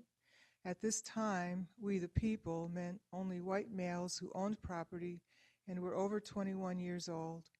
Only 5 to 8% of the people in the U.S. counted as people and got the protections of the Constitution. Indian Removal Act, 1830. Indigenous peoples are forced from their homelands east of the Mississippi River. Over 10 years, approximately 100,000 Native children and adults marched thousands of miles west into unknown desert territory. 15,000 people died along the way. Is it okay if I mix it up and just take a moment to acknowledge what's been said here and say that I also want to connect this with yesterday, what the president of the university here, our host, said about this being a convergence, and that it's not crossroads and it's not coincidences. And in that spirit, I see what I hold in my hand here isn't a coincidence either, and especially coming from the Cherokee Nation. My grandmother, who just passed away last month, was from that area, so this is meaningful to me in that way. Cherokee Nation versus the state of Georgia, 1831. A Cherokee delegation sues the state of Georgia for stripping their people of land rights, but the court rules they are a domestic dependent nation, unable to claim status in court, validating Cherokee removal and state seizure of their land. The People versus Hall, 1854. Non-whites are barred from testifying in court. California Supreme Court reverses murder conviction of a white man, dismissing the testimony of a key Chinese witness, stating that no black or mulatto person or Indian shall be allowed to give evidence in favor of or against a white man. Dred Scott versus Sanford, 1857. A slave sues his owner for freedom in a state where slavery is banned. The U.S. Supreme Court rules that Negroes are not U.S. citizens under any circumstances and have no rights which any white man is bound to respect. Free blacks are taxed like whites, but receive none of the rights and protections of citizenship. The Homestead Act, 1862. 50 million acres of formerly indigenous land in the West, seized by U.S. invasion in violation of treaties, is distributed by government at low cost to white settlers only. In addition, 100 million acres of land are given for free to railroad developers. This includes my family. This isn't supposed to be fun, is it? It's not. Minor versus Happersett, 1874. Excuse me. Women argued that the 14th Amendment Equal Protection Clause ensured the right to vote. The Supreme Court rejected their claims, stating that the 14th Amendment was only applied to black males. Chinese Exclusion Act, 1882. Bans immigration of both skilled and unskilled Chinese laborers. This act is expanded in 1924 to restrict other Asian immigrants and ban Chinese white marriages in California. The Dawes Land Allotment Act of 1887 forbids communal land ownership by indigenous people and encourages native people to sell their land to whites, breaks up collectively owned native lands, and redistributes millions of acres as property to white squatters. Plessy versus Ferguson, 1896. The Supreme Court ruled that state laws enforcing segregation by race are constitutional if separate accommodations are equal. Black males effectively lost equal protection rights and access to the privileges of the white world. Johnson-Reed Act, 1924, creates immigration quota system based on national origin, favoring Nordics from Northern and Western Europe over the inferior races of Asia and Southern and Eastern Europe. National Housing Act, 1934. Following the Great Depression, a federal housing authority is created to provide loans for home ownership, but the FHA standards discriminate against non-whites and deter investment in non-white communities. Known as redlining, this practice boosts the economic value of white neighborhoods relative to non-white neighborhoods. Labor Relations Act, 1935. Militant workers win the right to unionize, but white labor leaders compromise with Congress to exclude domestic and agricultural workers who are mostly Black, Chicano, and Chinese. Because most labor unions also excluded non-whites from membership, this effectively amounts to labor rights for white men only. Social Security Act, 1935. This act provides old age insurance for the mostly white workforce of certain industries, excluding domestic and agricultural workers who are mostly non-white. Japanese American internment, 1942, forces all Japanese American and Japanese residents living on the west coast of the United States into unsanitary fenced concentration camps called war relocation camps. Over 111,000 people are interned, 62% of them American citizens.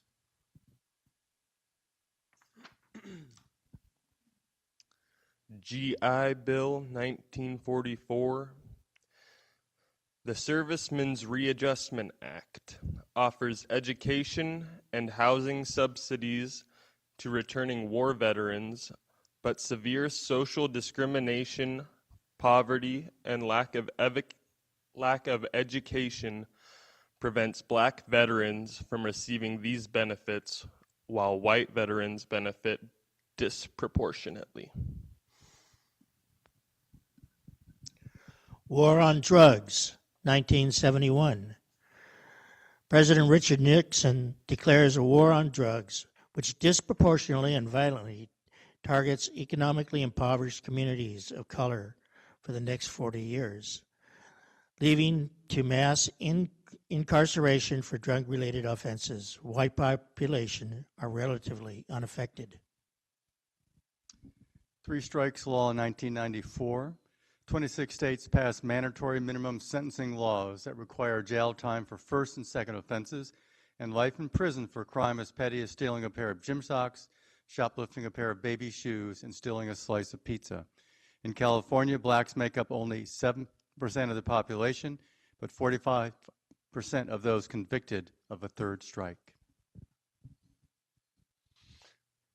Post 9/11 disappearances.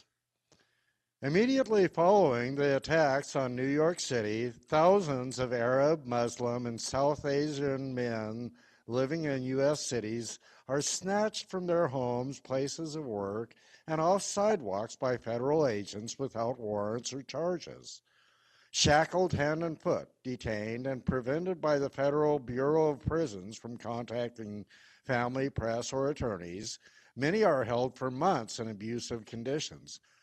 None of these thousands has ever been publicly charged with terrorism. National Security Entry-Exit Registration System, 2002. NSEERS mandates that all nationals over the age of 15 from 25 specific countries, all of them Arab or Muslim apart from North Korea, report to the government to be fingerprinted, photographed, and questioned as part of a special registration program. People were given no individual notice of these requirements, but if they failed to register, they could be deported or charged with criminal offenses.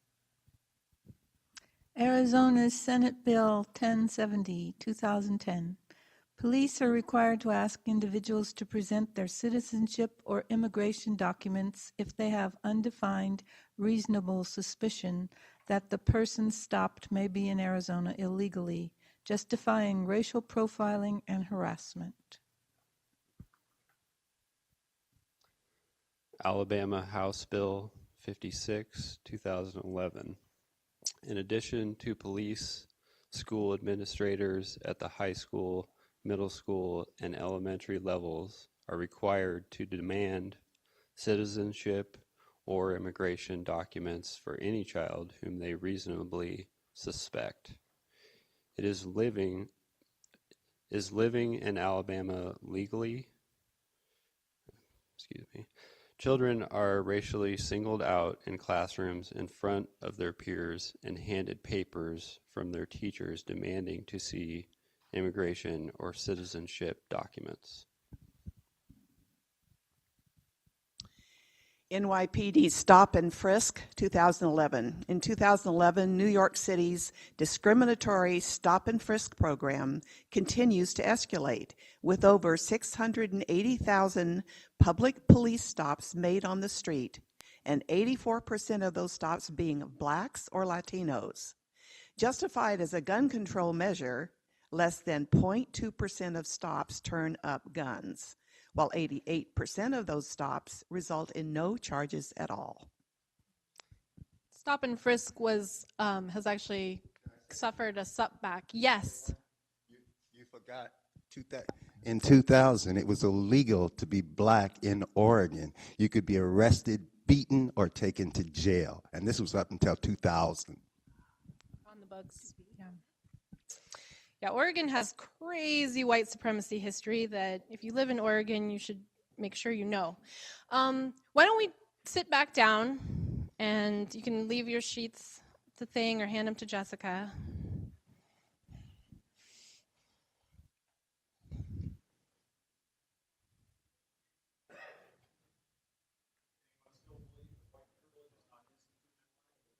Yeah.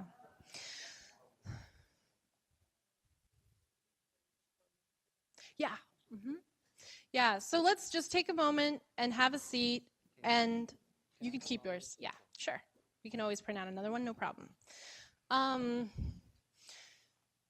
So let's take a deep breath for a second. Thank you for reading those. Take a deep breath, let it out. So how many people knew that history? You know all of them? How does it make you feel? How are folks feeling? When you put them all together like that, it's just overwhelming. And you don't realize how really it is institutionalized. And wow, what a lot. Feeling overwhelming, feeling kind of startling to see it all. And that's not all, right? I mean, there's tons more. That's just the ones we picked. It's also heartening and edifying to realize that most of that, or much of that, has been overturned by hard labor, hard political efforts. Political efforts, a lot of it has been overturned in terms of the law part of it, but there were a lot of them at the end, and then there are remnants. And then thinking back on some of the back ones too, you know, folks have reflections about what that sort of sets up, all the things that were given to white people who were also in the same condition. But you can have arms, you can marry, you can get out, and free land, right? So real, intentional separation based on arbitrary thing. I was just going to point out how much I noticed just from seeing everyone talk and reading the cards about that every type of culture, every type of race, every type of, it's just a complete history of what we've been taught and just growing up being, a young student, we think that these things are taken care of. We think that we're not racist. We think we're not sexist. We think we're not homophobic, but every single thing up there is, it's just terrible. And it really hurts me to feel like all these people can't live the life that they really want to live. And this just really hurts. Yeah, so a lot of pain thinking about it, and feeling it, and seeing it. Saw a hand over here, and then we'll come back here. Something that ties in just to contextualize what we were reading is something that I just learned last term in post-colonial literature in the context of Europe and Africa, that the history of colonialism and the colonialism of the mind and the spirit, that the Romans took over small villages that became countries, and those countries came to around the world and spread that corruption and that corruption of your mind and spirit. And it's something that we should look into ourselves and how it perpetuates within ourselves. Colonel West said something really awesome last year, that I look forward to dying every day. I look forward to killing those injustices in myself every day and opening myself to love.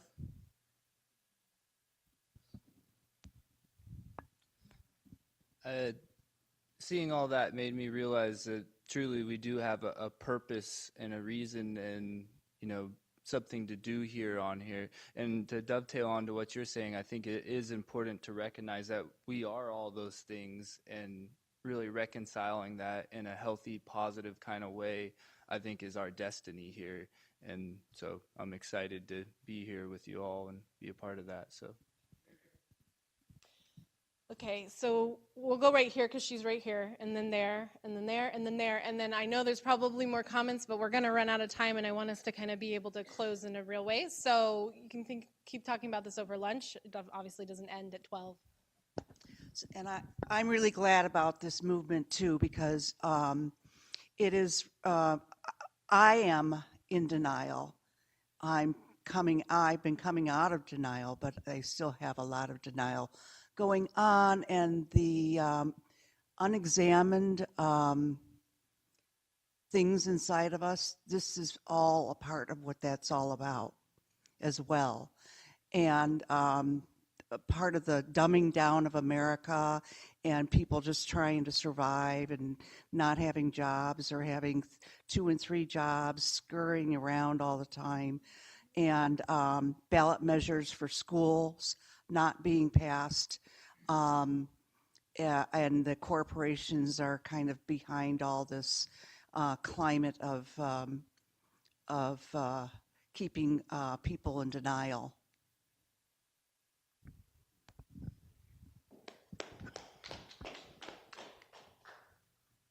Thank you. So I want to dovetail on what this gentleman said about culture in schools, because I came here feeling hopeful, and by the third card, I'm like, this is what needs to be in the high schools. End of story. I mean, if I had this in high school, I probably would be running for president. But my thought is, if you can address culture somewhere around education, none of us deny that education needs attention, but the culture does. The culture of how we support our schools does. And I'm thinking of Richard Dawkins. He has a book called Ancestral Lines, and it's very difficult to read because it talks about our ancestral lines leading to what we do today. And I hear 3 or 4 of those cards, and I'm embarrassed about our country. So I want to call another feeling, because we lots of times make it all intellectual, but so a feeling of embarrassed. Seeing all this kind of made me think of the principle 1 step forward, 2 steps back. And the thing that I was surprised that wasn't there was the Supreme Court's recent decision on the Voting Rights Act, striking down the core tenet of review on laws. And now we have voter ID laws running rampant. And it's kind of humbling to see that this is so institutionalized, and yet we have arguments that racism is dead. Yeah, there's a lot of them that could be on there, but that is one that just happened, and it's really important. It's really important. So in the context of move to amend, I just want to, and we're talking about ending corporate personhood and money is speech. What about the phrase restoring democracy?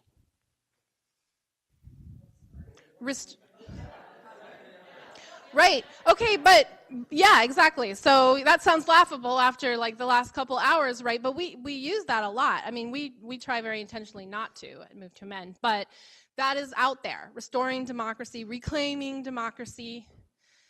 How do you think that that comes across to non-white people? Because even though a lot of the details, none of us are taught, and so people don't know. But in terms of especially the current ones, do you think people in New York need to have a card telling them what the implications of stop and frisk are if they're African American or Latino? I mean, no, right? That's their everyday experience. And so if we're talking about reclaiming democracy and founding fathers and all of this, who is that going to resonate with? White people, yeah. It's going to resonate with white people. Middle class white people. It's going to resonate with people above a certain economic level or people who identify over that economic level, right? Because these days, we're actually all pretty low on the economic, but we don't necessarily identify that way. That's part of the whole trick of the class thing, too, in this country. So we have to be real careful and intentional, not like for a reason of just like being polite for polite's sake. This is also strategic. We're serious about this. We want to win not only this amendment, but build a movement that maybe starts with this amendment or has this as a rallying cry to bring people together and to help people see clearly that we have that common enemy. And it's in all of our best interests that we're fighting for human rights. And that's our struggle, to build democracy that actually works for everybody. And we've never had that in this country since English people showed up on the shores, we'll say, right? You question saying we have a common enemy? No, there's not.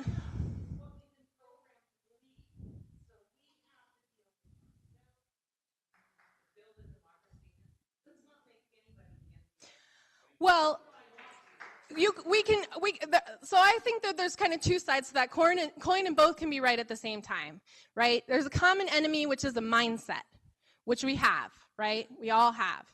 And then there are also particular people who are benefiting and carrying on the system that keeps that mindset, and that they benefit materially more than everyone else. And that doesn't mean that, it's like about demonizing people, but I also think that it is not just about what is inside ourselves. It's not only that.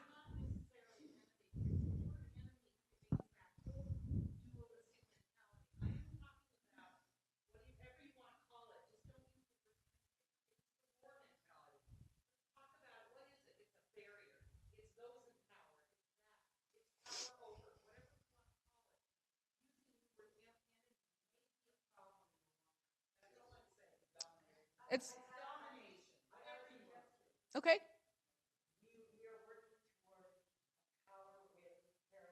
Mm-hmm.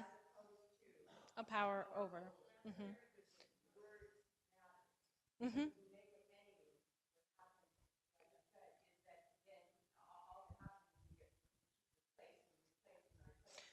We certainly do not want to do that. And I think that, I use that phraseology often. Power with is very important. But I just want to make sure that we don't forget about the power component.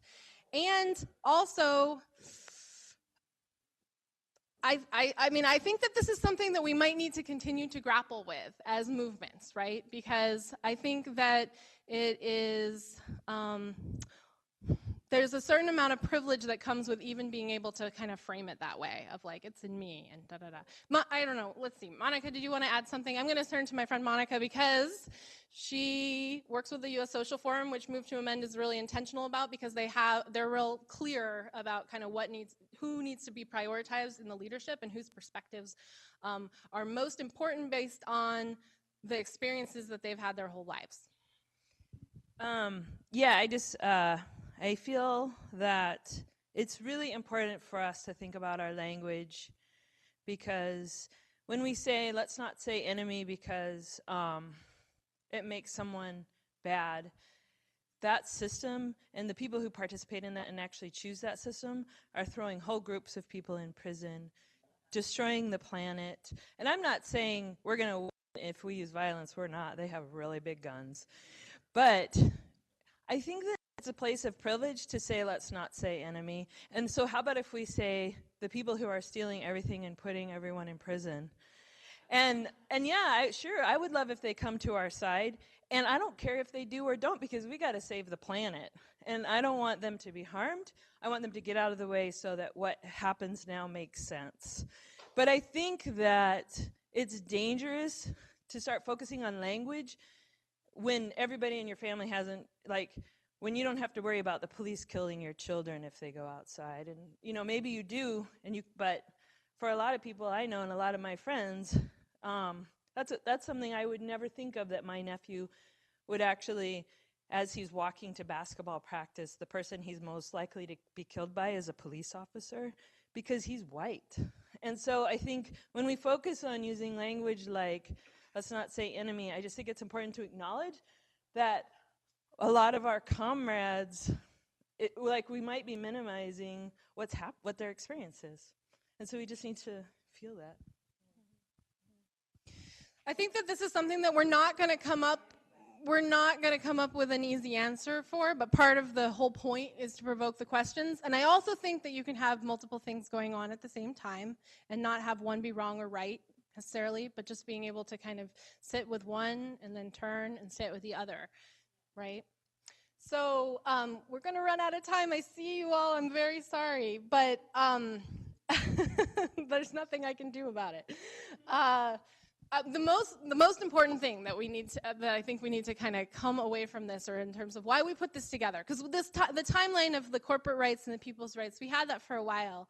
And thank you to the sister who brought up, there's a piece of this missing. There's a piece of this missing. This is the story of the struggle of white people, and then there's the amendments that were not about that, but there's a whole other kind of subtext layer that has created a culture, whether or not some of those laws don't exist anymore, of white supremacy. And it might sound a little extreme in the ears to say white supremacy, but that's another thing that we've been taught. White supremacy is the Ku Klux Klan. I'm not the Ku Klux Klan, so I am not participating in white supremacy, but the problem is that there's this system that's just marching along silently, invisibly, if you don't want to look for it, that is privileging some and disprivileging others to the point of life and death, right? It's not just little things. To the point of whether you go to jail or live in poverty, not just whether people are mean to you sometimes. So we have to build a movement that takes into account all of that and that is going to dismantle all of that. Because here's the Move to Amends Amendment. Stick it up there. We the People Amendment, 28th Amendment, 2000, we don't know yet. Artificial entities do not have constitutional rights, and money is not free speech. Campaign spending can be regulated and must be disclosed. Yeah, so that would be good. But would that solve all of what we talked about? No. What would solve all of what we talked about is a genuine democracy, a country that's built on a foundation of human rights and the rights of nature so that everybody can thrive, everyone has equal access. And that's what I'm in it for, and I hope that you're in it for that too, because nothing less is going to get it done, and there's no reason why we should settle for anything less. Now, we had all the brilliant stories and pieces of it shown to us yesterday of now's the time, and the people who came before us, they knew that too. That was also the struggle. It wasn't, just voting rights for women or just ending slavery. It was liberation. And we get told that it was just about that tiny piece, and yay, we won, and now it's all done and good. But actually, what we are just doing is continuing the struggle that has been fought since the beginning of when people started hoarding and leaving others out. And that's it's a worldview of how it should be, and we got to make sure that our worldview is the one that wins. You want to add?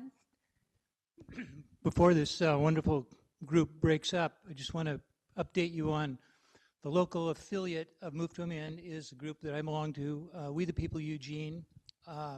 What's happening in Oregon is the affiliates in Oregon have been negotiating language, and we're planning to carry a statewide initiative measure along the lines of Move to Amend's amendment. We meet on Wednesdays at 6 o'clock. Probably the best way to stay in touch with us now is go to our website, We the People Eugene. We've been kind of dwindled to a core of theoreticians, but we've got the language. We need some organizers. We need IT people. We need a Kaitlin, please.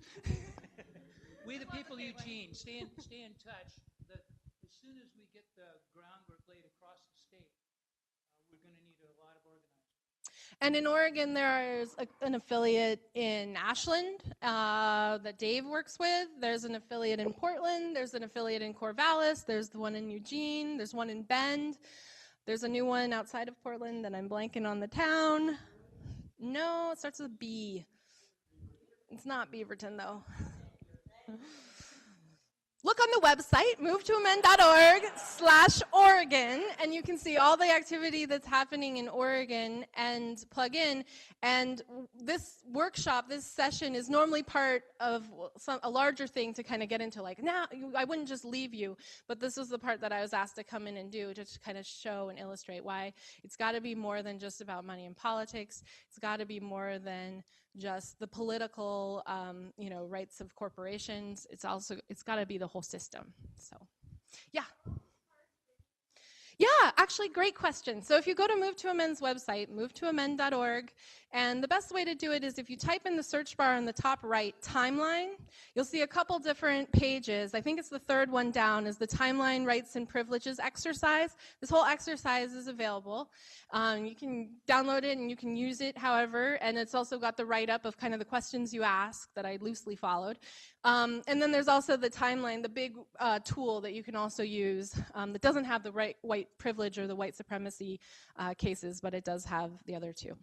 So thank you, everybody. And I hope everyone will stay this afternoon when we get into, given everything from yesterday and today, what all could we be doing? And maybe asking the question, how can we do it as powerfully as possible, strategically as possible? We're probably all doing stuff, but how can we make it just that much more effective together? Yes, you can find them there. So thank you, Kaitlin.